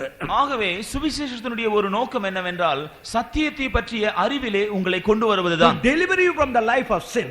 பாவ ஜீவியத்திலிருந்து விடுதலை ஆக்கி and to bring you to the knowledge that you must one day become a ruler. நீங்கள் ஒரு நாளில் ஆளுகை செய்ய போகிறவர்களாய் மாற போகிறீர்கள் என்கிற அறிவில் உங்களை கொண்டு வருவதுதான். If you want to be a ruler, நீங்கள் ஆளுகை செய்கிறவர்களாய் மாற விரும்பினால் you are not supposed to partake in the common resurrection but in the first resurrection. நீங்கள் பொதுவான உயிர்த்தெழுதலில் பங்கு பெற வேண்டிய அவசியமில்லை, முதலாம் உயிர்த்தெழுதலில் பங்கு பெற வேண்டும். If you have to partake in the first resurrection, முதலாவது உயிர்த்தெழுதலில் நீங்கள் பங்கெடுக்க வேண்டும் என்றால் you must die well. நீங்கள் சரியாக மரித்த அனுபவத்தில் வர வேண்டும். John Wesley always used to say, John Wesley என்பவர் எப்போதும் சொல்லுவார், our people die well. எங்களுடைய ஜனங்கள் நன்றாக மரிப்பார்கள். In Galatians 6th chapter, கலாத்தியர் 6ஆம் அதிகாரத்தில் 7 and 8 Paul says, 7ஆம் 8ஆம் வசனங்களில் பவுல் சொல்கிறார், we cannot deceive God. நாம் தேவனை வஞ்சிக்க முடியாது. Whatever we sow we are going to reap. நாம் எதை விதைக்கிறோமோ அதையே நாம் அறுப்போம். If you sow paddy you will get paddy. நீங்கள் நெல் விதை விதைத்தால் உங்களுக்கு நெற்செடியை தான் நீங்கள் அறுப்பீர்கள். If you sow wheat you will get wheat only. நீங்கள் கோதுமை விதைத்தால் கோதுமை மணியை தான் அறுப்பீர்கள். Suppose if you are a drunkard, உதாரணமாக நீங்கள் ஒரு குடிகாரனாக இருந்தால் and you die, நீங்கள் மரிக்கிறீர்கள் என்று you are வைத்துக்கொள்வோம். buried, நீங்கள் அடக்கம் செய்கிறீர்கள். we put RIP, rest in peace. ஒருவேளை கல்லறையிலே RIP இவர் சமாதானத்தை இளைப்பாறுகிறார் என்று சொல்லலாம். How can this drunkard become a holy man in the resurrection? இந்த குடிகாரன் பரிசுத்தமுள்ள ஒரு மனுஷனாகவும் உயிர்த்தெழுதலில் பங்கெடுக்கக்கூடியவனாய் எப்படி மாற முடியும்? What you sow only you will reap. எதை நீங்கள் விதைத்தீர்களோ அதை தான் அறுப்பீர்கள். That's why as you are living in this world itself, ஆனபடியினால் தான் இந்த உலகத்தில் நீங்கள் ஜீவிக்கும் பொழுதே there you have to prepare yourself for that resurrection. அந்த உயிர்த்தெழுதலுக்காக நீங்கள் உங்களை ஆயத்தப்படுத்திக் கொள்ள வேண்டும். That's why Paul says in Philippians 3rd chapter 11th verse, ஆகவேதான் பிலிப்பியர் 3ஆம் அதிகாரம் 11ஆம் வசனத்திலே பவுல் அப்போஸ்தலன் சொல்கிறார், he has got one desire in his life. அவருடைய ஜீவியத்தில் அவருக்கு ஒரே ஒரு வாஞ்சை இருந்ததா, by any means that I may partake in the first resurrection. நான் எப்படியாகிலும் மரித்தோரின் உயிர்த்தெழுதலில் பங்கடைய வேண்டும். Dear child of God, அருமையான தேவனுடைய பிள்ளையே, dear Christian brother, dear Christian sister, அருமையான கிறிஸ்தவ சகோதரனே சகோதரியே, the Lord is calling you tonight. கர்த்தர் இன்று ராத்திரியிலே உன்னை அழைக்கிறார். See, every truth that we declare are found in the scripture. நாங்கள் உங்களுக்கு அறிவிக்கிற ஒவ்வொரு சத்தியமும் வேதத்தில் உள்ளவைகள் தான். In these scriptures are meant that you be trained to become a ruler. நான்காவதாக மற்றொரு முக்கியமான விஷயம் உண்டு, அதை அநேக சுவிசேஷகர்கள் சொல்ல விரும்புவதில்லை. They say after you are experiencing these spiritual experiences, இந்த ஆவிக்குரிய அனுபவங்களை நீங்கள் அனுபவிக்கக்கூடிய நிலைமைக்கு வந்த பின்பு you have to separate yourself. நீங்கள் உங்களை வேறுபடுத்திக் கொள்ள வேண்டும். You cannot be in one same experience and try to go forward in your spiritual life. நீங்கள் ஒரே நிலைமையில் அனுபவத்தில் இருந்து கொண்டு ஆவிக்குரிய ஜீவியத்தில் முன்னேறி செல்ல முடியாது. One of our pastor, before he was converted, எங்களுடைய ஒரு பாஸ்டர், அவர் மனம் திரும்புவதற்கு முன்பாக he was belonging belonging to a particular church. அவர் ஒரு குறிப்பிட்ட சபையை சேர்ந்தவராயிருந்தார். Then he got saved. அதன் பின்பு அவர் ரட்சிக்கப்பட்டார். He took baptism. ஞானஸ்நானம் பெற்றார். He received the Holy Spirit. பரிசுத்தாவின் அபிஷேகத்தை பெற்றார். He told the Lord, Lord, I will remain in my mother church. அதன் பின்பு அவர் சொன்னாராம், ஆண்டவரே என்னுடைய தாய் சபையிலே நான் இருந்து கொள்கிறேன். That night he saw a dream. அன்று ராத்திரி அவருக்கு ஒரு சொப்பனம் பார்த்தார். He saw a dead cow. அவர் மரித்த ஒரு பசுவை பார்த்தார். And the live calf was trying to drink the milk of the dead cow. அப்பொழுது உயிரோடு இருக்கிறதான வேறு ஒரு கன்றுக்குட்டி இந்த செத்த பசுவினிடத்திலிருந்து பாலை குடிக்க பிரயாசப்பட்டதா. He heard a voice. அப்பொழுது அவருக்கு ஒரு சத்தம் கேட்டது. What will happen to this live calf? இந்த ஜீவனுள்ள இந்த கன்றுக்குட்டிக்கு என்ன சம்பவிக்கும் என்று சத்தம் கேட்டது. In the dream it told Lord it would die.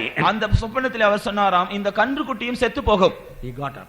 உடனே அவர் விழித்துக் கொண்டார். And he decided that if he remain in that old setup, he will never be able to live for God. அப்பொழுது அவர் விளங்கிக் கொண்ட விஷயம் என்னவென்றால், பழைய நிலைமையில் தாய் சபையில் இருந்து கொண்டிருந்தால் அவர் இன்னும் ஆவிக்குரிய ஜீவியத்தில் முன்னேற முடியாது என்று. So separation is an important doctrine to prepare you for that great day of resurrection. இந்த பெரிதான உயிர்த்தெழுதல் நாளுக்காக உங்களை ஆயத்தப்படுத்தக்கூடிய ஒரு முக்கியமான சத்தியம் தான் வேறுபாட்டின் சத்தியம். But there is another important doctrine which will bring you or which will strengthen you to become participant in the first resurrection. இந்த முதலாம் உயிர்த்தெழுதலிலே நீங்கள் பங்கு பெற செய்யும்படியாக உங்களுக்கு உதவி செய்யக்கூடிய வேறொரு முக்கியமான ஒரு உபதேசம் உண்டு. When God delivered the children of Israel from the land of Egypt, தேவன் இஸ்ரவேல் புத்திரரை எகிப்திலிருந்து விடுதலையாக்கின பொழுது they crossed the Red Sea. அவர்கள் சிவந்த சமுத்திரத்தை கடந்தார்கள். After they crossed the Red Sea, அவர்கள் சிவந்த சமுத்திரத்தை கடந்த பின்பு God made a covenant with them. தேவன் அவர்களோடு ஒரு உடன்படிக்கை செய்தார். In Exodus 15 chapter 26th verse, யாத்திராகமம் 15ஆம் அதிகாரம் 26ஆம் வசனத்தில் God told, if you obey all my commandments, கர்த்தர் சொன்னார், நீ என்னுடைய கற்பனைகளுக்கு எல்லாம் கீழ்ப்படிந்தால், and if you obey all the statutes, என்னுடைய நியமங்களுக்கு நீ கீழ்ப்படிந்தால், I will bring none of the diseases which I brought upon the Egyptians. நான் எகிப்தியருக்கு வரப்பண்ணின வியாதிகள் ஒன்றையும் உனக்கு வரப்பண்ணேன். And even if the sickness come, I am the Lord that healeth you. ஒருவேளை உனக்கு வியாதி வந்தாலும் நானே உன் பரிகாரியாகிய கர்த்தர். Why God had to make that covenant with the children of Israel? இஸ்ரவேல் புத்திரரோடு தேவன் ஏன் இப்படிப்பட்ட ஒரு உடன்படிக்கை செய்ய வேண்டும்? When the children of Israel were in the land of Egypt, இஸ்ரவேல் புத்திரர் எகிப்து தேசத்தில் இருந்த பொழுது, whenever they fell sick, they had to resort to the help of the magicians. அவர்கள் வியாதிப்பட்ட வேளையிலெல்லாம் அவர்கள் மந்திரவாதியினுடைய உதவியை தேடினார்கள். So the magician used to chant and then they were cured. அவர்கள் மந்திரவாதிகள் அவர்களுக்காக சில மந்திரவாதம் செய்து அவர்கள் சுகமடைவார்கள். That is why they were known as pharmacists. ஆனபடியால் தான் அவர்கள் மருத்துவ செய்கிறவர்கள் என்று அழைக்கப்பட்டார்கள். And that is why even today we call the medical shop pharmacy. ஆனபடியால் தான் இன்றைக்கும் கூட மருந்து கடைகளை நாம் பார்மசி என்று அழைக்கிறோம். After they crossed the Red Sea, ஆனால் இவர்கள் சிவந்த சமுத்திரத்தை கடந்த பின்பு, which is a type of water baptism, அது தண்ணீர் ஞானஸ்நானத்திற்கு அடையாளமாக இருக்கிறது. they cannot go anywhere.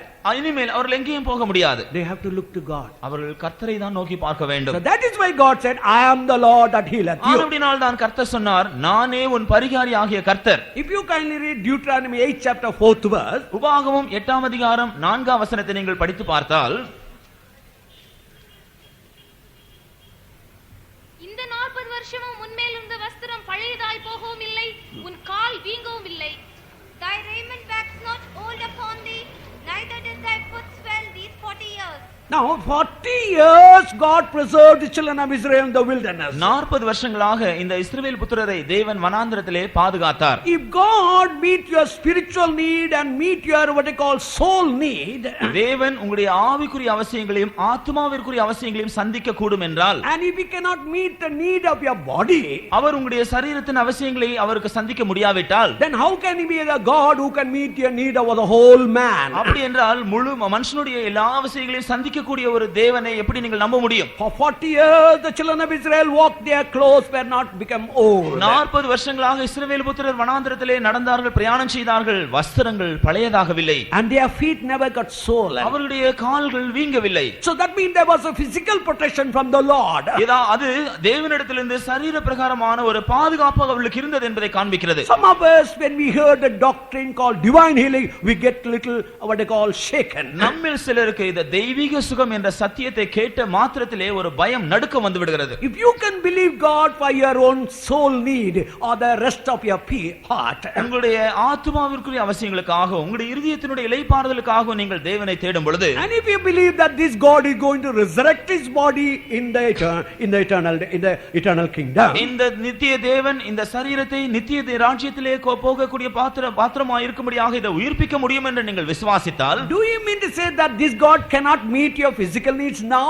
இந்த தேவனுக்கு சரீர பிரகாரமான உங்களுடைய அவசியங்களை சந்திக்க முடியாது என்று நீங்கள் சொல்லுகிறீர்களா? Definitely God is able to meet your physical needs. நிச்சயமாக உங்களுடைய சரீர பிரகாரமான தேவைகளை தேவன் சந்திப்பார். But when? ஆனால் எப்பொழுது சந்திப்பார்? You have to be very careful to obey the voice of God. நீங்கள் தேவனுடைய சத்தத்திற்கு கவனமாய் கீழ்ப்படியும் பொழுது In Deuteronomy 28 chapter, உபாகமம் 28ஆம் அதிகாரத்தில் there are two types of things are mentioned. அங்கே இரண்டு விதமான காரியங்கள் குறிப்பிடப்பட்டுள்ளன. When you obey the voice of God, நீங்கள் தேவனுடைய சத்தத்திற்கு கீழ்ப்படிந்தால் you will get a blessing. நீங்கள் ஆசீர்வாதங்களை பெறுவீர்கள். You will not take loan, you will give loan to others. நீங்கள் கடன் வாங்க மாட்டீர்கள், மற்றவர்களுக்கு கடன் கொடுப்பீர்கள். You will not become a tail but a head. நீங்கள் வாளாக இருக்க மாட்டீர்கள், தலையாக இருப்பீர்கள். But at the same time you would disobey the voice of God. அதே வேளையில் தேவனுடைய சத்தத்திற்கு கீழ்ப்படியாவிட்டால், if you read verses 21 and 22, 21ஆம் 22ஆம் வசனங்களை படித்து பாருங்கள். you see that different type of diseases will come upon them. அங்கே பலவிதமான வியாதிகள் அப்படிப்பட்டவர்களுக்கு வரும் என்று சொல்லி இருக்கிறது. So that means disobedience to the voice of God will bring sicknesses to your body. அதாவது தேவனுடைய சத்தத்திற்கு கீழ்ப்படியாமை காட்டுவதனால் உங்களுடைய சரீரத்திற்கு வியாதிகள் வரும். Same way, இதை போல if you read Exodus 23 verse 25, யாத்ராகமம் 23ஆம் அதிகாரம் 25ஆம் வசனத்தை நீங்கள் படித்தால், if you worship the Lord, if you serve the Lord, நீங்கள் தேவனை ஆராதித்தால் அவரை சேவிப்பீர்கள் என்றால், God says, I will bless the bread and water தேவன் சொல்லுகிறார், நான் உன்னுடைய அப்பத்தையும் தண்ணீரையும் ஆசீர்வதித்து and remove sickness from your midst. வியாதியை உன் நடுவிலிருந்து விலக்குவேன். There will be no more curse in your family life. உன்னுடைய குடும்ப ஜீவியத்தில் அதனால் இனி சாபமே இராது. So dear child of God, அருமையான தேவனுடைய பிள்ளையே, dear Christian brother, அருமையான கிறிஸ்தவ சகோதரனே, when you hear the doctrine of divine healing, don't be afraid.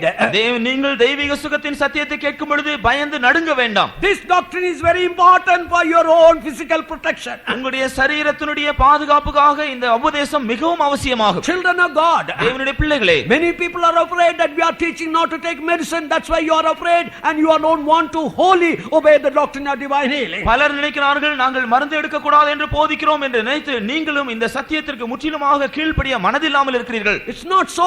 அது அப்படி இல்லை. If you really examine the doctrine, நீங்கள் உபதேசங்களை நன்றாக ஆராய்ந்து பார்த்தால், this body when it is quickened by the spirit of the Lord, இந்த சரீரமானது கர்த்தருடைய ஆவியினாலே உயிர்ப்பிக்கப்படும்படியாக, you will be made ready for the resurrection day. நீங்கள் கர்த்தருடைய உயிர்த்தெழுதல் நாளுக்கு ஆயத்தமாக்கப்படும்படியாக. And I will bring back certain reason why we become sick. நாம் ஏன் வியாதிப்படுகிறோம் என்கிற சில காரணங்களை நான் சொல்லிக் கொடுக்கிறேன். If we read 2 Chronicles 26th chapter, 2 நாளாகமம் 26ஆம் அதிகாரம் verse 19, 19ஆம் வசனத்தை there படித்தால், King Uzziah got angry and he became a leper. இங்கே உசியா என்கிற ராஜா கோபம் அடைந்தான், அதனால் குஷ்டரோகியானான். In Numbers 12th chapter, என்னாகமம் 12ஆம் அதிகாரம் verses 9 and 10, 9ஆம் 10ஆம் வசனங்களில் Miriam and Aaron spoke against the leadership.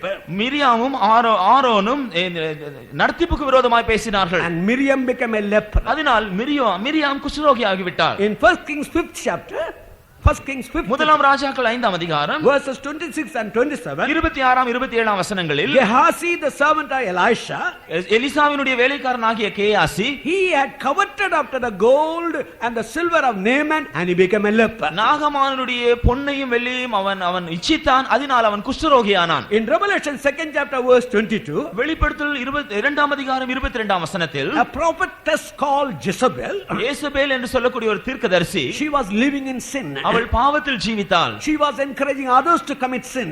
மற்றவர்களும் பாவம் செய்ய அவர்களை தூண்டினாள். And God says, I will cast her in a sick bed. தேவன் சொல்கிறார், நான் அவளை கட்டில் கிடையாக்குவேன், வியாதிப்படச் செய்வேன் என்று சொல்கிறார். There are many reasons, but I brought only for these important reasons. இதை போல பல காரியங்கள் சொல்லப்பட்டுள்ளன. முக்கியமான சில விஷயங்களை நான் உங்களுக்கு அறிவித்தேன். One, anger. ஒன்று கோபம், then the other, resisting the leadership. இரண்டாவதாக நடத்திப்பை எதிர்ப்பது, Third, covetousness. மூன்றாவது பொருளாசை, Fourth, adultery or living in a promiscuous life. நான்காவது விபசாரம் அல்லது தவறான ஜீவியம் செய்வது. Now these things are earlier told by the Lord in the scripture. இந்த காரியங்கள் எல்லாம் கர்த்தராலே ஏற்கனவே வேதத்தில் சொல்லப்பட்டிருக்கும் பொழுது, But now the doctors are confirming. இப்பொழுது இதை மருத்துவர்களும் ஊர்ஜிதம் செய்கிறார்கள். They say, அவர்கள் சொல்கிறார்கள், if a man or a woman lives a promiscuous life, ஒரு ஒரு மனுஷனோ மனுஷியோ இப்படிப்பட்டதான ஒரு மோசமான ஜீவியம் செய்தால் AIDS disease. எய்ட்ஸ் என்ற வியாதி வருகிறது. Today this disease nobody can cure it. இந்த வியாதி இன்றைக்கு ஒருவருமே சுகமாக்க முடியாது. Bible told that if you commit sin you will have to suffer from sickness. வேதம் சொல்கிறது பாவம் செய்தால் நீ வியாதிப்பட வேண்டும், வியாதியில் கஷ்டப்பட வேண்டும் என்று. But now the doctors are confirming it. ஆனால் இப்பொழுது அதை மருத்துவர்கள் அவர் ஊர்ஜிதம் செய்கிறார்கள். In the same way, இதை போல if you are a man of anger, நீங்கள் கோபப்படுகிற ஒரு ஆளாக இருந்தால் you will have blood pressure and heart trouble. உங்களுக்கு இருதய வியாதியும் உங்களுக்கு இரத்த அழுத்த வியாதியும் உண்டாகிறது. If you are a diabetic man suffering from diabetes, நீங்கள் சர்க்கரை வியாதினாலே கஷ்டப்படுகிற மனுஷனா இருந்தால் you will have tension. Because of tensions only it comes. உங்களுக்கு எப்போதும் ஒரு விதமான போராட்டம் இருக்கிறது, அதனால் தான் அது வருகிறது. This morning one brother and sister came. இன்று காலையில் ஒரு சகோதரனும் சகோதரி வந்தார்கள். The brother was a good brother, educated brother, but he was suffering from diabetes. அந்த சகோதரன் நல்ல சகோதரன், நன்றாக படித்தவர், ஆனால் சர்க்கரை வியாதியில் கஷ்டப்பட்டு கொண்டிருந்தார். He had a boil on the back. அவருடைய முதுகிலே ஒரு கட்டி இருந்தது. While we are praying, நாங்கள் ஜெபிக்கும் பொழுது I told if there is any tensions and anxiety in your life, this could be the cause of the diabetes. நான் அவரிடத்தில் சொன்னேன், சில வேளை நீங்கள் பொறுமையா இருக்க முடியாமல் அல்லது மிகுந்த ஆவலுடையவர்களாக இருந்திருப்பீர்கள் என்றால் உங்களுடைய இந்த வியாதிக்கு அது கூட காரணமாக இருக்கும் என்று சொன்னேன். Then they shared their problems. அப்பொழுது அவருடைய பிரச்சனைகளை பகிர்ந்து கொண்டார்கள். So many tensions. அவருடைய ஜீவியத்தில் பொறுமையற்ற பல சந்தர்ப்பங்கள் வந்தன. I was a man suffered from diabetics. நானும் கூட இந்த சர்க்கரை வியாதியிலே கஷ்டப்பட்ட ஒருவன் தான். If you suppress anger, you will suffer from asthma. நீங்கள் கோபத்தை அடக்குவீர்கள் என்றால் ஆஸ்துமா வியாதி உண்டாகிறது. If there is any particular part, there is a stress. உங்களுடைய பகுதியிலே ஏதாகிலும் மிகவும் அழுத்தப்படக்கூடிய தன்மைகள் வந்தால், A sister came. ஒரு சகோதரி வந்தது. She showed me a hand. There was a growth in her left hand. அவருடைய இடது கையை காட்டினார்கள். அதிலே ஒரு சதை வளர்ச்சி இருந்தது. She said, I asked when. So recently it came. நான் அப்பொழுது எப்பொழுது வந்தது என்று அவரிடத்தில் கேட்டேன். சமீபத்தில் வந்தது என்று சொன்னார்கள். We began to pray. அதன் நாங்கள் ஜெபிக்க ஆரம்பித்தோம். After prayer, sister, are you under a particular stress, a kind of thing going on pressing you? அப்பொழுது நான் அவரிடத்தில் கேட்டேன், உங்களை எப்போதும் அழுத்திக் கொண்டிருக்கிற அப்படிப்பட்ட ஏதாவது ஒரு பிரச்சனையின் வழியாக நீங்கள் பிரச்சனையில் இருந்திருக்கிறீர்களா என்று கேட்டேன். She broke down. உடனே அவர்கள் அழுதார்கள். Yes, pastor. ஆம் என்று சொன்னார்கள். There was an injustice done to me. I could not bear it up. I went on sorrowing over everything. எனக்கு ஒரு அநீதி செய்யப்பட்டது, அதை எனக்கு தாங்க முடியாமல் அதனால் நான் எப்போது நான் துக்கமடைந்து கொண்டிருந்தேன். Afterwards only this kind. அதன் பின்புதான் இந்த காரியம் நடந்தது. So all these, most of the sicknesses, விதமாக பல வியாதிகள், not all, எல்லா வியாதிகளும் most of the sicknesses பல வியாதிகள் are due to certain sin in your life. இவைகள் உங்களுடைய ஜீவியத்தில் இருக்கக்கூடிய சில தவறுகள் பாவங்கள் நிமித்தமாகவே உண்டாகின்றன. So when you become sick, ஆகவே நீங்கள் வியாதிப்படும் பொழுது according to the Bible, வேத வசனத்தின்படி, if you read James 5th chapter, யாக்கோபின் நிருபம் 5ஆம் அதிகாரம் verses 14, 5, 15 and 16, 14ஆம் 15ஆம் 16ஆம் வசனங்களை படித்தால், if any man is sick, அவன் வியாதிப்பட்டால் he has to call the elders, அவன் சபையின் மூப்பரை வரவழைக்க வேண்டும். and the elders will pray, anoint him with the oil. அவர்கள் அவனுக்கு எண்ணெய் பூசி அவனுக்கு ஜெபிக்க வேண்டும். If there is sin in his life, he must confess. அவன் பாவம் செய்தவன் ஆனால் அதை அவன் அறிக்கை செய்ய வேண்டும். If they confess sin and then prayer, and the prayer of the effectual righteous man will be an effectual prayer. அவன் பாவத்தை அறிக்கை செய்த பின்பு ஜெபம் பண்ணும் பொழுது நீதிமான் செய்யும் ஊக்கமான வேண்டுதலுக்கு மிகுந்த பலன் உண்டு. This was the earlier church practice. இதுதான் ஆரம்பத்தில் இருந்த சபையில் இருந்ததான ஒரு முறை. Now comes the controversial point. ஆனால் இப்பொழுதுதான் இதற்கு எதிர்மாறான ஒரு விஷயம் காணப்படுகிறது. Because people think that we are the people who tell people not to take medicine. அநேகர் எங்களை பற்றி நினைக்கிறது என்னவென்றால் நாங்கள் ஜனங்கள் மருந்து சாப்பிடக்கூடாது என்று சொல்கிற கூட்டத்தார் என்று. Now if you go through the church history, நீங்கள் சபையினுடைய சரித்திரத்தை கவனித்து பார்த்தால், in the year 1215, 1215ஆம் வருஷத்தில் there was a Christian council called Fourth Lateran Council. Fourth Lateran என்கிறதான ஒரு கிறிஸ்தவ கவுன்சில் இருந்தார். In that council, அந்த கவுன்சிலில் they made a resolution. அவர்கள் ஒரு தீர்மானம் நிறைவேற்றினார்கள். A man's soul is precious than his body. ஒரு மனுஷனுடைய ஆத்துமா அவனுடைய சரீரத்தை பார்க்கிலும் முக்கியமானது, விலையேற பெற்றது. If a man becomes sick, ஒரு மனுஷன் வியாதிப்பட்டால் the physician must first of all consult the priest. முதலாவதாக முதலாவதாக அந்த அந்த அவன் மருத்துவன் ஆசாரியனிடத்தில் அவனை பற்றி விசாரிக்க வேண்டும். The priest or the Christian priest. அதாவது கிறிஸ்தவ ஆசாரியனிடத்தில் விசாரிக்க வேண்டும். The Christian priest must first of all pronounce, yes, you can give medicine. அந்த கிறிஸ்தவ பாதிரியார் அவனை ஆராய்ச்சி சோதனை செய்துவிட்டு மருத்துவரிடத்தில் இப்பொழுது நீங்கள் அவனுக்கு மருந்து கொடுக்கலாம் என்று அவர்தான் அனுமதி கொடுக்க வேண்டும். Suppose if the Christian priest does not give permission, இந்த கிறிஸ்தவ பாதிரியார் இந்த உத்தரவை தராவிட்டால், if the doctor gives medicine, மருத்துவர் ஒருவேளை அதை மீறி மருந்து கொடுத்து விட்டால், according to the church decree, that man will be anathema or will be excommunicated. சபையினுடைய பிரமாணத்தின்படி ஒழுங்கின்படி அந்த மனுஷன் சபையை விட்டு விலக்கப்பட்ட புறக்கணிக்கப்பட்டவனாய் மாறி விடுவான். Why? ஏன்? He had not given the spiritual means. அவன் ஆவிக்குரிய காரியத்திற்கு முக்கியத்துவம் கொடுக்கவில்லை. What did he do? அவன் என்ன செய்தான்? He gave a sinful means. அவன் மிகவும் எளிதான ஒரு சாதாரண ஒரு Sinful. பாவ சம்பந்தமான காரியத்துக்கு தான் முக்கியத்துவம் தந்தான். What is the sinful means? இந்த பாவ சம்பந்தமான காரியம் என்ன? Medicine. மருந்து. Now this is not in my thing, it's in the Lateran Council decision. இது நான் சொல்கிற காரியம் இல்ல, அந்த கவுன்சிலில் எடுத்த முடிவு. I have the resolution in my hand. You can go through it, brother, sister, that we are not telling. The church history says that if you take medicine, it's a sinful means. இந்த காரியத்தை நான் சொல்லவில்லை, அன்றைக்கு இருந்த அந்த ஆலோசனை சங்கத்தில் எடுத்த முடிவு, அது என்னுடைய பிரதியினிடத்தில் உண்டு. ஆகவே அருமையான சகோதரனே சகோதரியே, வியாதிப்படுகிற ஒரு மனுஷன் மருந்து எடுத்தால் ஆரம்பத்தில் இருந்த சபையினுடைய ஒழுங்கின்படி அது பாவமாய் கருதப்படுகிறது. So the early church believed that if you take medicine, you are taking a sinful means. ஆரம்பத்தில் இருந்த சபையில் இருக்கிற வியாதிப்பட்டவர்கள் அவர்கள் மருந்து எடுத்தால் அவர்கள் பாவ சம்பந்தமான ஒரு முறை செய்கிறதாக கருதப்பட்டார்கள். What do we teach?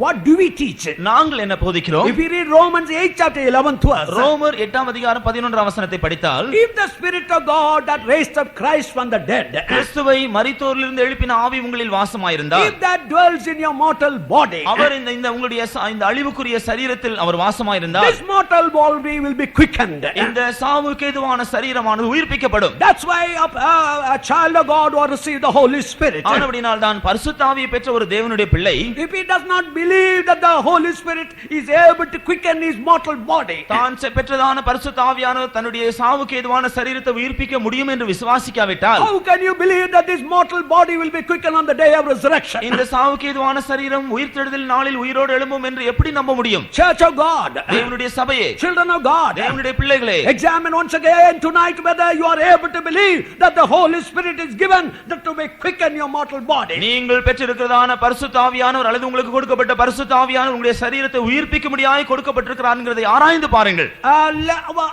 A leper came to Jesus Christ. ஒரு குஷ்டரோகி இயேசுவினிடத்தில் வந்தான். Lord, கர்த்தாவே, if it is thy will, I will be healed. உமக்கு சித்தமானால் என்னை சுத்தமாக்கும் என்று சொன்னார். What did Jesus say? இயேசு என்ன சொன்னார்? It is my will. எனக்கு சித்தம் உண்டு. So you must be healed. நீ சுத்தமாக வேண்டும். So God's desire is that you must be healed. ஆகவே தேவனுடைய சித்தம் நீங்கள் சுகமாக வேண்டும் என்பதுதான். In 3 John 2nd verse, 3 யோவான் 2ஆம் வசனத்தில் John says, யோவான் அப்போஸ்தலன் சொல்கிறார், as your soul prospereth, your body also, health also must prosper. உன்னுடைய ஆத்துமா வாழ்ந்து சுகமாக இருக்கிறது போல நீ எல்லாவற்றிலும் சரீரத்தில் ஆரோக்கியத்தில் நன்றாய் இருக்க வேண்டும். So dear brother, dear sister, அருமையான சகோதரனே சகோதரியே, tonight if you are suffering from sickness, இன்று ராத்திரி ஏதாவது வியாதியிலே நீங்கள் கஷ்டப்பட்டால், remember it is God's will that you must be healed. நீங்கள் சுகமாக்கப்பட வேண்டும் என்பது தேவனுடைய சித்தம் என்று நினைவு கூறுங்கள். A father came to Jesus Christ. ஒரு தகப்பன் இயேசுவினிடத்தில் வந்தான். Lord, my son is suffering from a kind of epileptic fit. ஆண்டவரே, என்னுடைய மகன் ஒரு திமிர்வாதத்தினாலே கஷ்டப்படுகிறான். And whenever he gets the fit, it is thrown. Sometimes he is thrown into the fire. அவனுக்கு எப்பொழுதெல்லாம் அந்த ஆவி தாக்குகிறதோ அவன் அக்கினியிலே தள்ளப்படுகிறான். In Mark's Gospel 9th chapter, mark சுவிசேஷம் 9ஆம் அதிகாரத்தில் verses 21 to 25. 21ஆம் வசனம் முதல் 25ஆம் வசனம் முடிய. Time does not permit me to read all the verses. எல்லா வசனங்களையும் படிக்க இப்பொழுது நமக்கு நேரம் இல்லை. Now the father says to Jesus Christ, இந்த பிதா தகப்பன் இயேசுவினிடத்தில் சொல்கிறான், Lord, ஆண்டவரே, if you can heal my son. உமக்கு முடியும் என்றால் என்னுடைய மகனை நீர் குணமாக்கும். Now what was the answer of the Lord? கர்த்தருடைய பதில் என்ன? Can I? எனக்கு முடியுமா? Now read 25th verse. 25ஆம் வசனம். அப்பொழுது ஜனங்கள் கூட்டமாய் ஓடி வருகிறதை இயேசு கண்டு அந்த அசுத்த ஆவியை நோக்கி 24 read 24 24 உடனே பிள்ளையின் தகப்பன் விசுவாசிக்கிறேன் ஆண்டவரே. அது 23 ந்து வாசிங்க. இயேசு அவனை நோக்கி நீ விசுவாசிக்க கூடுமானால் ஆகும், விசுவாசிக்கிறவனுக்கு எல்லாம் கூடும் என்றார். உடனே பிள்ளை that will in English please.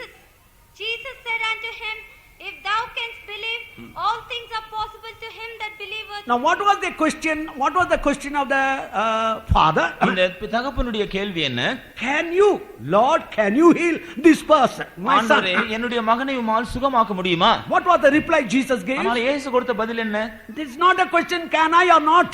நான் எனக்கு முடியுமா முடியாதா என்கிறது கேள்வி அல்ல. If you can believe, நீ விசுவாசித்தால், if you can believe, all things are possible. நீ விசுவாசித்தால் எல்லாம் ஆகும். Dear brother, dear sister, அருமையான சகோதரனே சகோதரி, whatever type of sickness you may be suffering tonight, எப்படிப்பட்ட வியாதினால் இன்று இரவில் நீங்கள் கஷ்டப்பட்டு கொண்டிருந்தாலும், Christ told in Mark's Gospel 11th chapter, Kristu mark சுவிசேஷம் 11ஆம் அதிகாரத்திலே சொல்லி இருக்கிறார். verses 22 to 26. 22ஆம் வசனம் முதல் 26ஆம் வசனம் முடிய, If you say, if you look at the mountain, நீங்கள் மலைகளை பார்த்து remove, நீ இங்கிருந்து தள்ளுண்டு போ என்று சொன்னார். and if you don't doubt it, அதை நீங்கள் சொன்ன பின்பு அதை பற்றி சந்தேகப்படாமல் the இருந்தால், mountain shall be removed. அந்த மலையானது தள்ளுண்டு போகும். There is a mountain in your life. உங்களுடைய ஜீவியத்தில் ஒரு மலை போன்ற ஒன்று உண்டு. That the sickness is standing like a great opposition in your life. இந்த வியாதியானது உங்களுடைய ஜீவியத்திலே ஒரு பெரிய மலை போல எதிர்க்கும் வல்லமையா You are இருக்கிறது. questioning, Lord, can I be healed from this sickness? உங்களுடைய கேள்வி என்னவென்றால், ஆண்டவரே, இந்த வியாதியிலிருந்து நான் சுகமாவேனா? The Lord says it is not can I. கர்த்தர் சொல்கிறார், நீ என்னால் முடியுமா என்று சொல்ல The வேண்டாம். Lord says if you can believe, அவர் சொல்கிறார், நீ விசுவாசித்தால், if you can believe, என்னால் விசுவாசிக்க கூடும் that என்றால், mountain shall be removed tonight. இன்று ராத்திரியிலே அந்த மலை உன்னை விட்டு விலகி போகும். That particular sickness will be healed and touched by the Lord tonight. அந்த வியாதியானது உன்னிலிருந்து நீங்கி போகும். கர்த்தர் உன்னை தொடுவார். Why? ஏன்? Christ Jesus came into this world. இயேசு கிறிஸ்து இந்த பூமியிலே வந்து, When he came, அவர் வந்த பொழுது he was anointed by the Father. Our God. பிதாவினாலே அபிஷேகம் He பண்ணப்பட்டிருந்தார். was anointed with the power அவர் வல்லமையினால் நிரப்பப்பட்டிருந்தார். to heal all those who are oppressed of the devil. பிசாசினாலே ஒடுக்கப்பட்டிருந்த யாவரையும் குணமாக்கும்படியாக. So for a moment, think about the word which I have told you tonight. நான் உங்களுக்கு சொன்ன இந்த வசனத்தை நீங்கள் சற்று நினைத்து பாருங்கள். Close your eyes. உங்களுடைய கண்களை மூடுங்கள். Anyone who has come and have a suffering or sickness in your body, இங்கே ஏதாகிலும் சரீரத்திலே வியாதி கஷ்டங்கள் மீது உங்களோடு வந்திருக்கிற யாராகிலும் இருந்தால், எந்த விதமான வியாதியா இருக்கட்டும், whatever may be your sickness, எந்த விதமான வைத்தியத்துல போய் சுகமாத எந்த வியாதியா இருக்கட்டும், whatever may be you might have gone to any physician and you may not be healed by them, இன்னைக்கு கர்த்தர் உங்களை சுகமாக்குறதுக்காக நம்ம மத்தியில் நிற்கிறார். but today the Lord is standing in our midst to heal you. தடை கர்த்தருடைய பகுதியில் இல்லை. There is no hindrance in the path of the Lord. அந்த மலை உங்களுடைய பக்கத்தில் தான் உண்டு. That mountain is on your path. உங்களுடைய கண்களை மூடுங்க. Close your eyes. ஆண்டவரே, Tell the Lord, நீர் ஜீவனுள்ள தேவன். Lord, you are a living God. நீ இயேசு.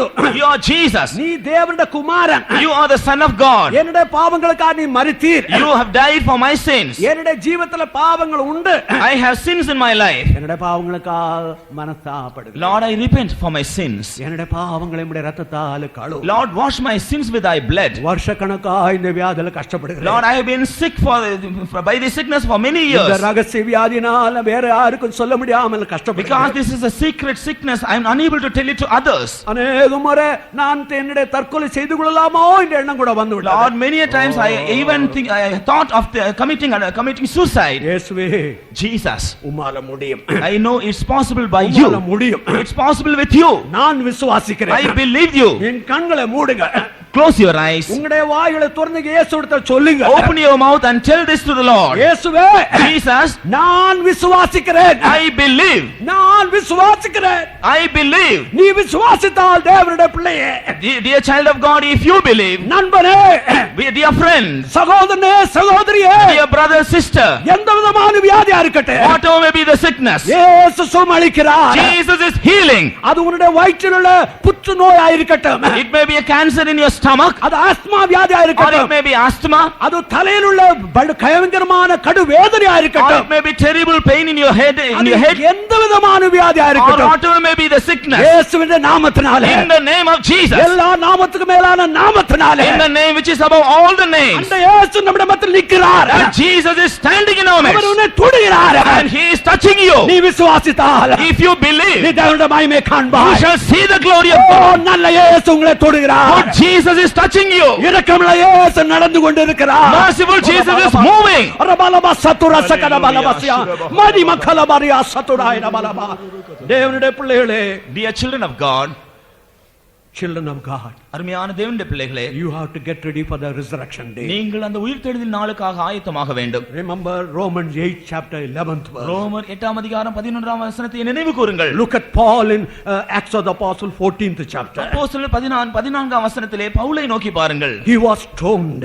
அவர் கல்லெறியப்பட்டார். He was dragged like a dog. அவர் ஒரு நாயை போல இழுத்துக்கொண்டு He was போகப்பட்டார். thrown outside the city. அவர் பட்டணத்தை விட்டு புறம்பே தள்ளப்பட்டு விட்டார். When the disciples came and stood around him, ஆனால் சீஷர்கள் அவரை சுற்றி நின்றார்கள். he got up.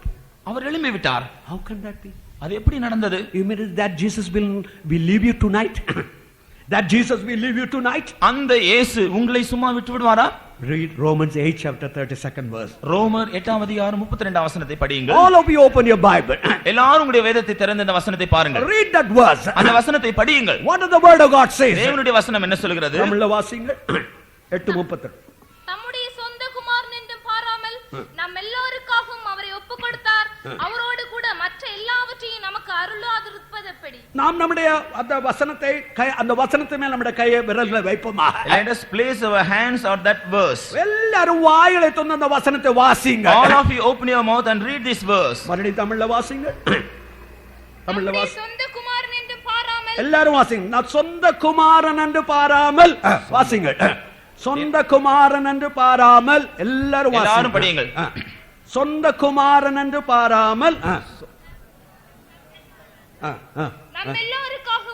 நம் எல்லாருக்காகவும் அவரை ஒப்புக் கொடுத்தார். அவரை ஒப்பு கொடுத்தார். அவரை ஒப்பு கொடுத்தவர். அவரோடு கூட மற்ற எல்லாவற்றையும் நமக்கு அருளாதிருப்பது எப்படி? நமக்கு அருளாதிருப்பது எப்படி? எல்லாருக்கும் ஒரு பயம் இருக்கு. ஆண்டவர் அந்த வசனத்தை வாசித்துட்டா இனி மருந்து எடுக்க முடியாதோன்னு பயமா இருக்கு. All of you, some of you have scared, Lord, if I read this verse hereafter I cannot take medicine. Brother, sister, I will tell you tonight. அருமையான சகோதரனே சகோதரியே, இன்று ராத்திரி நான் உனக்கு சொல்லுகிறேன். There are many people who take medicine and die and no question about it. அநேகர் மருந்து உபயோகப்படுத்தி சாகிறார்கள், அதை பற்றி யாரும் கேட்கிறதில்லை. But if a man stands for the divine healing, they make a hue and a cry. ஆனால் ஒரு மனுஷன் தெய்வீக சுகத்திற்கு நின்றால் அதை ஒரு பெரிய காரியமாக்கி அவர்கள் கூக்குரலிடுகிறார்கள். Child of God, தேவனுடைய பிள்ளையே, tonight, இன்று ராத்திரி rededicate your life. உங்களுடைய ஜீவியத்தை நீ மறுபடியுமாக பிரதிஷ்டை செய். It is not only to for your physical healing. உங்களுடைய சரீர சுகம் மாத்திரம் அல்ல, It is only to prepare you for the great day of resurrection. இது உங்களை மகா உயிர்த்தெழுதல் நாளுக்கு ஆயத்தப்படுத்துகிறது. Until you trust God for the divine healing, how can you believe this body will be destruction? தெய்வீக சுகத்திற்காக நீங்கள் தேவனை சார்ந்து கொள்ள விசுவாசிக்க முடியாவிட்டால் இந்த சரீரம் உயிர்த்தெழும்ப முடியும் என்று எப்படி விசுவாசிப்பீர்கள்? Now the day of resurrection or the coming of the Lord, கர்த்தருடைய வருகை நாள் அல்லது உயிர்த்தெழுதலின் நாளில், I told you this morning a brother saw a dream. இன்று காலையில் ஒரு சகோதரன் சொப்பனத்தை பார்த்ததை பற்றி நான் சொன்னேன். That is a kind of a persecution coming upon the whole world. இந்த முழு உலகத்தில் ஒரு விதமான உபத்திரம் வருகிறது. But a church will not go through the persecution. ஆனால் உண்மையான சபையினுடைய அங்கத்தினர்கள் அதிலே போக மாட்டார்கள். The true church or the bride have to be taken before the persecution. உண்மையான சபை அல்லது மனவாட்டி என்று சொல்லப்படக்கூடிய கூட்டத்தார் இந்த உபத்திரவத்திற்கு முன்பாகவே எடுத்துக்கொள்ளப்படுவார்கள். When? எப்பொழுது? The time we have to understand. அந்த வேளையை நீங்கள் அறிந்திருக்க வேண்டும். During the time of the apostles, அப்போஸ்தலர் நாட்களில் all the apostles believed that during their own time Christ will come. அப்போஸ்தலர்கள் நம்பின விஷயம் என்னவென்றால் அவர்கள் ஜீவிக்கிற நாட்களிலேயே இயேசு வருவார் என்று நம்பினார்கள். But so many prophecies were not fulfilled during their own time. ஆனால் அவர்களுடைய நாட்களில் சொல்லப்பட்டிருந்த பல தீர்க்க தரிசனங்கள் நிறைவேறவில்லை. The important sign was the sign of the Jew. முக்கியமான அடையாளம் யூதர்களை பற்றிய அடையாளம். Christ told this temple in Jerusalem must be destroyed. கிறிஸ்து சொன்னார் எருசலேமில் இருக்கிறதான இந்த ஆலயம் அழிக்கப்பட வேண்டும். It happened only in AD 70. அது கிபி 70ஆம் வருஷத்தில் தான் நடந்தது. Paul died before that. பரிசுத்த பவுல் அதற்கு முன்பாக மரித்து போனார். Only John was able to live after it. யோவான் அப்போஸ்தலன் மாத்திரமே அதற்கு பின்பும் ஜீவிக்க முடிந்தது. And Christ told that Jews must be scattered all over the world. யூதர்கள் உலகமெங்கும் சிதறடிக்கப்பட வேண்டும் என்று இயேசு சொன்னார். It happened in AD 130. அது கிபி 130ஆம் வருஷத்தில் சம்பவித்தது. And Jews must have their own kingdom. அதன் பின்பு யூதர்கள் மறுபடியும் தங்களுக்கு சொந்த ராஜ்யத்தை பெற்றுக்கொள்ள வேண்டும். It happened in 1948. அது 1948ஆம் வருஷத்தில் நடந்தது. And in 1967, 1967ஆம் வருஷத்தில் Jerusalem came under their possession. எருசலேம் அவர்களுடைய ஆக்கிரமிப்புக்குள் வந்தது. Now இப்பொழுது they are finding out where the original temple was existing. அங்கே உண்மையான ஆலயம் எந்த இடத்தில் இதற்கு முன்பாக இருந்தது என்கிற இடத்தை அவர்கள் தேடுகிறார்கள். They have found out. அவர்கள் அந்த இடத்தை கண்டுபிடித்து விட்டார்கள். And they have found out the original what they call line of the Aaronic priesthood. அங்கே ஆரோனுடைய ஆசாரிய முறைமையினுடைய உண்மையான காரியங்களை பற்றி எல்லாம் அவர்கள் கண்டுபிடித்திருக்கிறார்கள். According to the certain blood researches, they have found out the man who came from Aaronic tribe, Aaronic priesthood. அவர்கள் அந்த இரத்த பரிசோதனை செய்த மூலமாக ஆரோனுடைய முறைமையின்படியாக அவனுடைய வம்சத்தில் வந்திருக்கிற உண்மையான ஆசாரியர்கள் யார் என்கிறவர்களை இப்பொழுது கண்டுபிடித்திருக்கிறார்கள். They have now ready with the priest. ஆகவே இப்பொழுது அவர்களுக்கு ஆசாரியரும் ஆயத்தமாக They இருக்கிறார்கள். are ready for the temple. அவர்கள் ஆலயத்திற்கும் ஆயத்தமாக இருக்கிறார்கள். Time is very short. ஆகவே காலம் குறுகி இருக்கிறது. Look at the world. உலகத்தை நோக்கி பாருங்கள். Nation against nation. தேசத்திற்கு விரோதமாய் தேசம், Kingdom against kingdom. ராஜ்யத்துக்கு விரோதமாய் ராஜ்யம். Christ told about many earthquakes. பல இடங்களில் பூமி எதிர்ச்சிகள் வரும் என்று இயேசு சொன்னார். From the year 1900 to 69, 1900 வருஷத்திலிருந்து 1969 வருஷம் வரை only 48 earthquakes were there. 48 முறை தான் பூமி எதிர்ச்சிகள் வந்தன. But from July 1990, ஆனால் 1990 வருஷம் ஜூலை மாதத்திலிருந்து October 92, 92 வருஷம் அக்டோபர் மாதத்திற்குள்ளாக 133 earthquakes. 133 இடங்களில் பூமி எதிர்ச்சிகள் வந்திருக்கிறது. That means 600% of increase in the earthquakes. அதாவது பூமி எதிர்ச்சியினுடைய அதிகரிப்பு 600% அதிகரித்திருக்கிறது. All over the world. முழு உலகத்திலும் Famine, பஞ்சம், floods. வெள்ளம். On one side, this type of political and geographical signs are happening. மற்றொரு பக்கத்தில் அரசாங்க ரீதியிலும் புவியியல் ரீதியிலும் பலவிதமான அழிவுகள் நடக்கின்றன. Christian church is losing its own faith. கிறிஸ்தவ சபைகளும் தங்களுடைய விசுவாசத்தை இழந்து போகிறார்கள். Many of the priests don't believe in the physical resurrection of Jesus Christ. பல பாதிரிமார்கள் இயேசு கிறிஸ்துவினுடைய சரீர உயிர்த்தெழுதலை நம்ப முடியாத நிலைமைக்கு வந்திருக்கிறார்கள். They openly deny the virgin birth of Jesus Christ. இயேசு கிறிஸ்துவினுடைய கன்னி மரியாளின் பிறப்பை அவர்கள் வெளியரங்கமாக மறுதலிக்கிறார்கள். There was a time no man with a homosexual thing can never enter the church. ஒரு காலத்திலே ஆணோடு ஆண் தவறான காரியங்களை செய்கிறதான மனுஷர் ஆலயத்திற்குள் பிரவேசிக்க முடியாது. But now they are made as priests. ஆனால் இப்பொழுது அப்படிப்பட்டவர்கள் ஆசாரியர்களாக மாறி இருக்கிறார்கள். All over the world there's a great apostasy is happening. இப்படி முழு உலகத்தில் ஒரு பெரிய விசுவாச துரோகம் நடந்து கொண்டிருக்கிறது. But on the other side, மற்றொரு பக்கத்திலே if you read Matthew's Gospel 24 chapter verse 14, மத்தேயு சுவிசேஷம் 24 அதிகாரம் 14 வசனத்தை படித்தால் all over the world gospel is being preached. உலகம் முழுவதிலும் சுவிசேஷமானது பிரசங்கிக்கப்பட்டு வருகிறது. Many countries which closed the gates for gospel, they are opening the gates now. பல தேசங்கள் சுவிசேஷத்திற்கு அடைக்கப்பட்டிருந்தன, ஆனால் இப்பொழுது அவர்களுடைய வாசல்கள் திறக்கப்பட்டிருக்கிறது. In Nepal we have got a beautiful churches and God is blessing the work. நேபாள தேசத்திலே எங்களுக்கு நல்ல சபைகள் உள்ளன. தேவன் அந்த ஊழியத்தை ஆசீர்வதித்து வருகிறார்.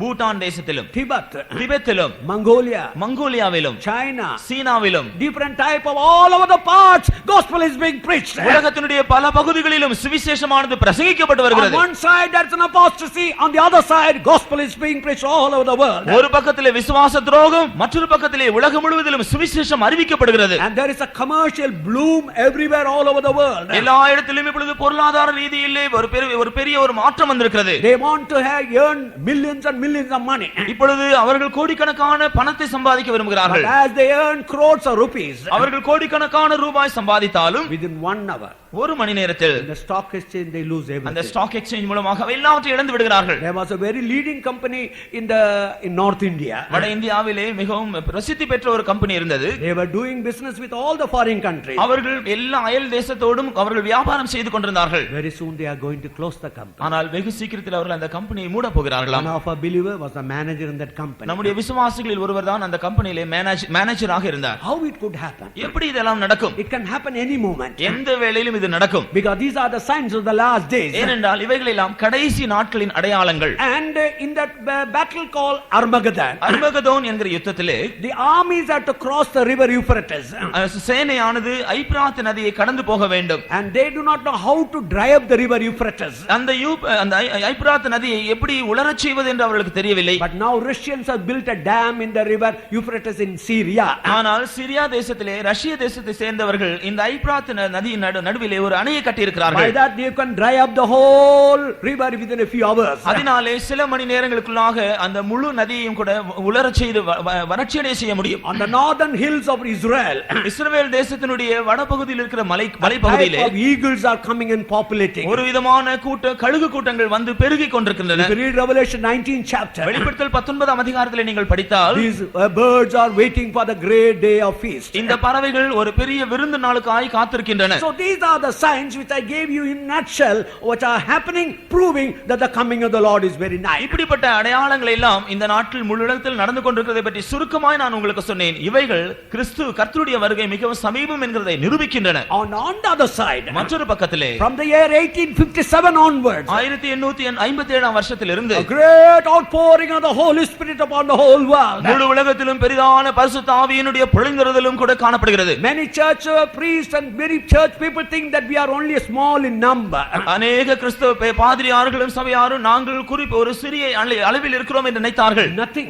ஆனால் ஒன்றுமில்லை. In the world nearly 46 crores of people have received the Holy Spirit. ஆனால் இன்றைக்கு உலகத்திலே 46 கோடி ஜனங்களுக்கு மேலாக பரிசுத்த ஆவியை பெற்றவர்கள் இருக்கிறார்கள். Daily 10,000 people are receiving the Holy Spirit. தினந்தோறும் 10,000 பேர் ஆகிலும் பரிசுத்த ஆவியை பெற்றுக்கொண்டே இருக்கிறார்கள். Dear Christian brother, அருமையான கிறிஸ்தவ சகோதரனே, from your own CSI church, உங்களுடைய சொந்த CSI சபையிலிருந்து a brother called அருளப்பன் என்று ஒரு சகோதரன், he went and preached the gospel in Kerala. கேரளாவிலே போய் சுவிசேஷத்தை பிரசங்கித்தார். And Holy Spirit fell. பரிசுத்த ஆவியானவர் மேல் வந்து இறங்கினார்.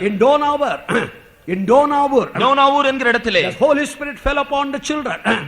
காத்திருந்த பிள்ளைகள் மேல் பரிசுத்த ஆவி வந்தது. In that early days, ஆரம்ப நாட்களில் they prophesied. அவர்கள் தீர்க்க தரிசனம் சொன்னார்கள். They saw visions. அவர்கள் தரிசனங்களை பார்த்தார்கள். They spoke in tongues. அந்நிய பாஷைகளில் பேசினார்கள். There were healings. அவர்களுக்கு சுகமாகுதல் நடந்தது. You have to go and read the church history written by Edwin Orr. Edwin Orr என்பவர் எழுதியிருக்கிற சபை சரித்திரத்தை நீங்கள் படித்து பாருங்கள். So don't think the Pentecostal only a movement came out at 70 years old. ஆனபடினாலே Pentecost சபையார் ஏதோ 70 வருஷத்துக்கு முன்பாக வந்தவர்கள் என்று சொல்லி நீங்கள் நினைக்க வேண்டாம். It's from your own church. இது உங்களுடைய சொந்த சபையிலிருந்து வந்ததுதான். I am grateful. நான் அதற்கு நன்றியா இருக்கிறேன். Because I come from the own church.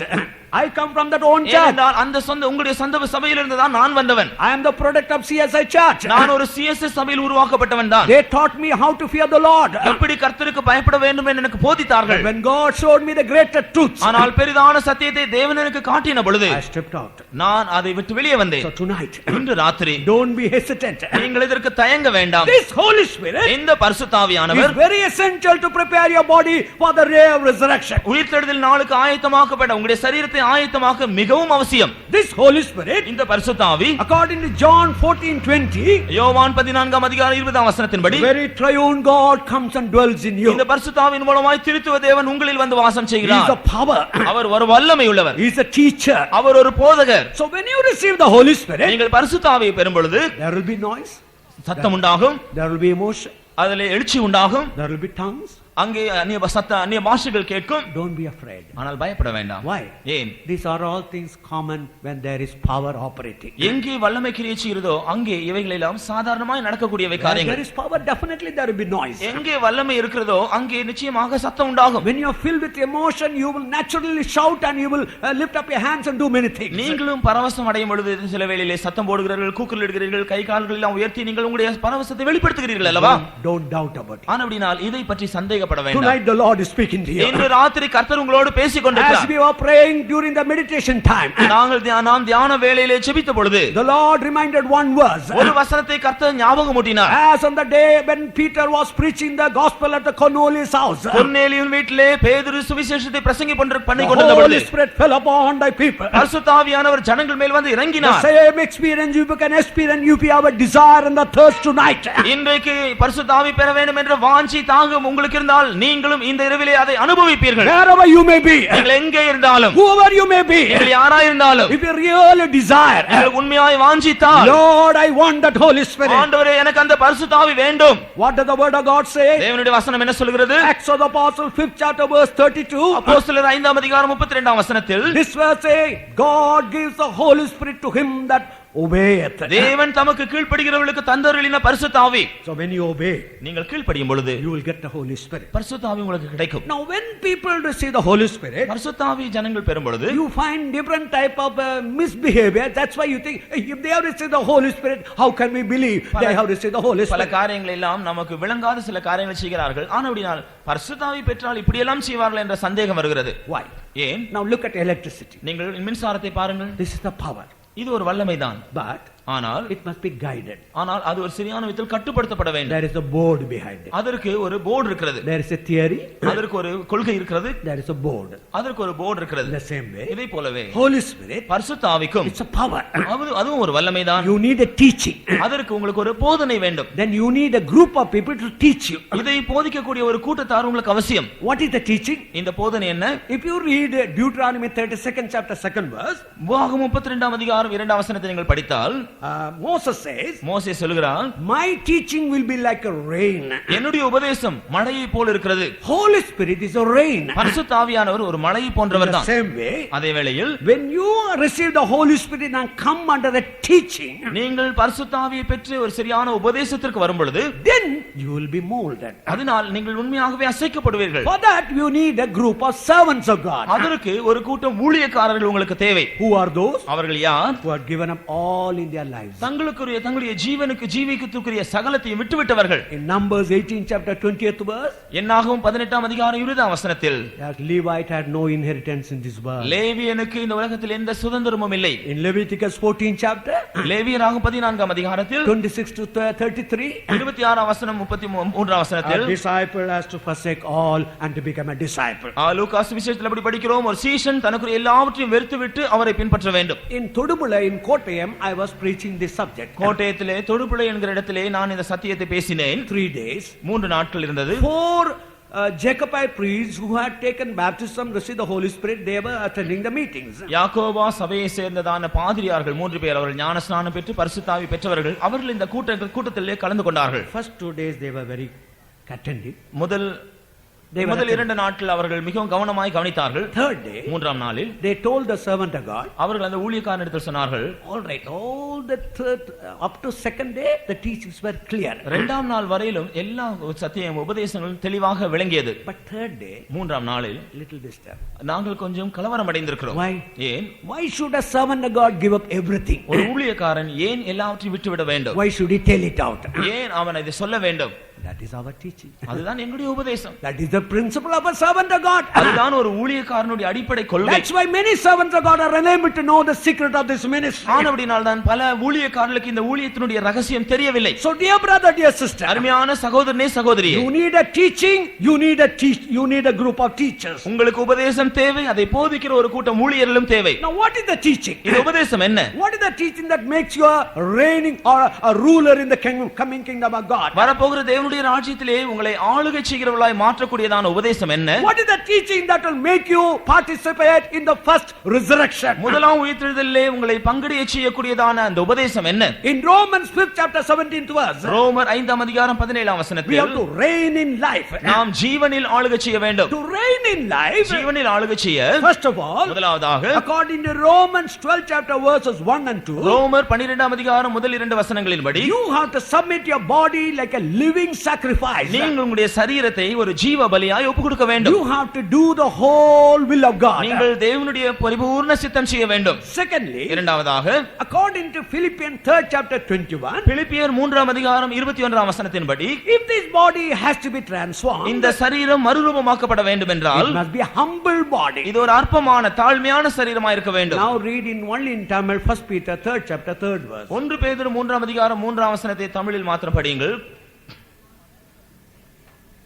மயிரை பின்னி பொன்னாபரணங்களை அணிந்து உயர்ந்த வஸ்திரங்களை உடுத்துக் கொள்ளுதலாகிய புறம்பான அலங்கரிப்பு உங்களுக்கு அலங்காரமாயிராமல்.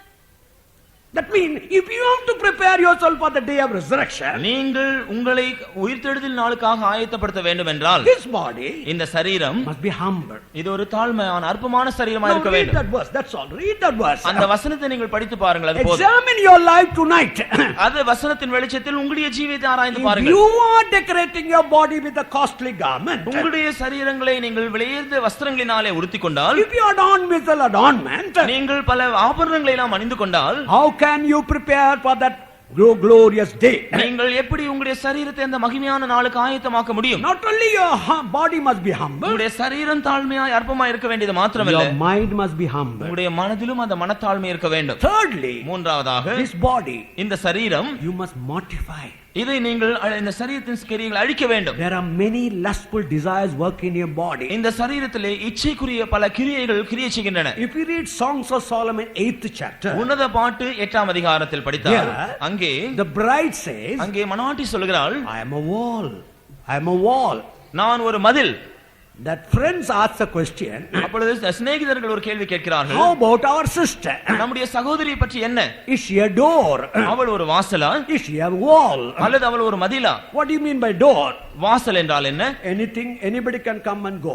யாரும் அதற்குள்ளே வந்து போகலாம். But what do you mean by wall? ஆனால் மதில் என்று சொன்னால் என்ன? Steady, nothing. அது அப்படி உறுதியாய் நிற்கும். So in your Christian life, கிறிஸ்தவ ஜீவியத்தில், especially in your holy life, விசேஷமாக உங்களுடைய பரிசுத்த ஜீவியத்தில், you cannot be like a door. நீங்கள் ஒரு வாசலை போல இருக்க முடியாது. Anywhere I can go. நான் எங்கே வேண்டும் என்றாலும் போகலாம். To anyone I can talk. யாரிடத்தில் நான் பேசலாம். Anything I can do. நான் என்ன வேண்டும் என்றாலும் செய்யலாம். You must be like a wall. அப்படிலாம் இருக்க முடியாது. ஒரு மதிலை போல இருக்க வேண்டும். Tonight, இன்று ராத்திரி humble yourself. உங்களை நீங்கள் தாழ்த்துங்கள். Lastly, கடைசியாக this body இந்த சரீரம் must be a resting body. இது இளைப்பாறுகிற சரீரமாய் இருக்க When வேண்டும். your body rests, இந்த சரீரத்தில் இளைப்பாறுதல் a இருந்தால் great power will work in your body. ஒரு பெரிய வல்லம் இந்த சரீரத்திலே கிரியை செய்யும். And that power will quicken your mortal body into a glorious immortal body. அந்த வல்லமையானது உங்களுடைய சாவுக்கு ஏதுவான சரீரத்தை அழியாத சரீரமாய் உயிர்ப்பிக்கும்.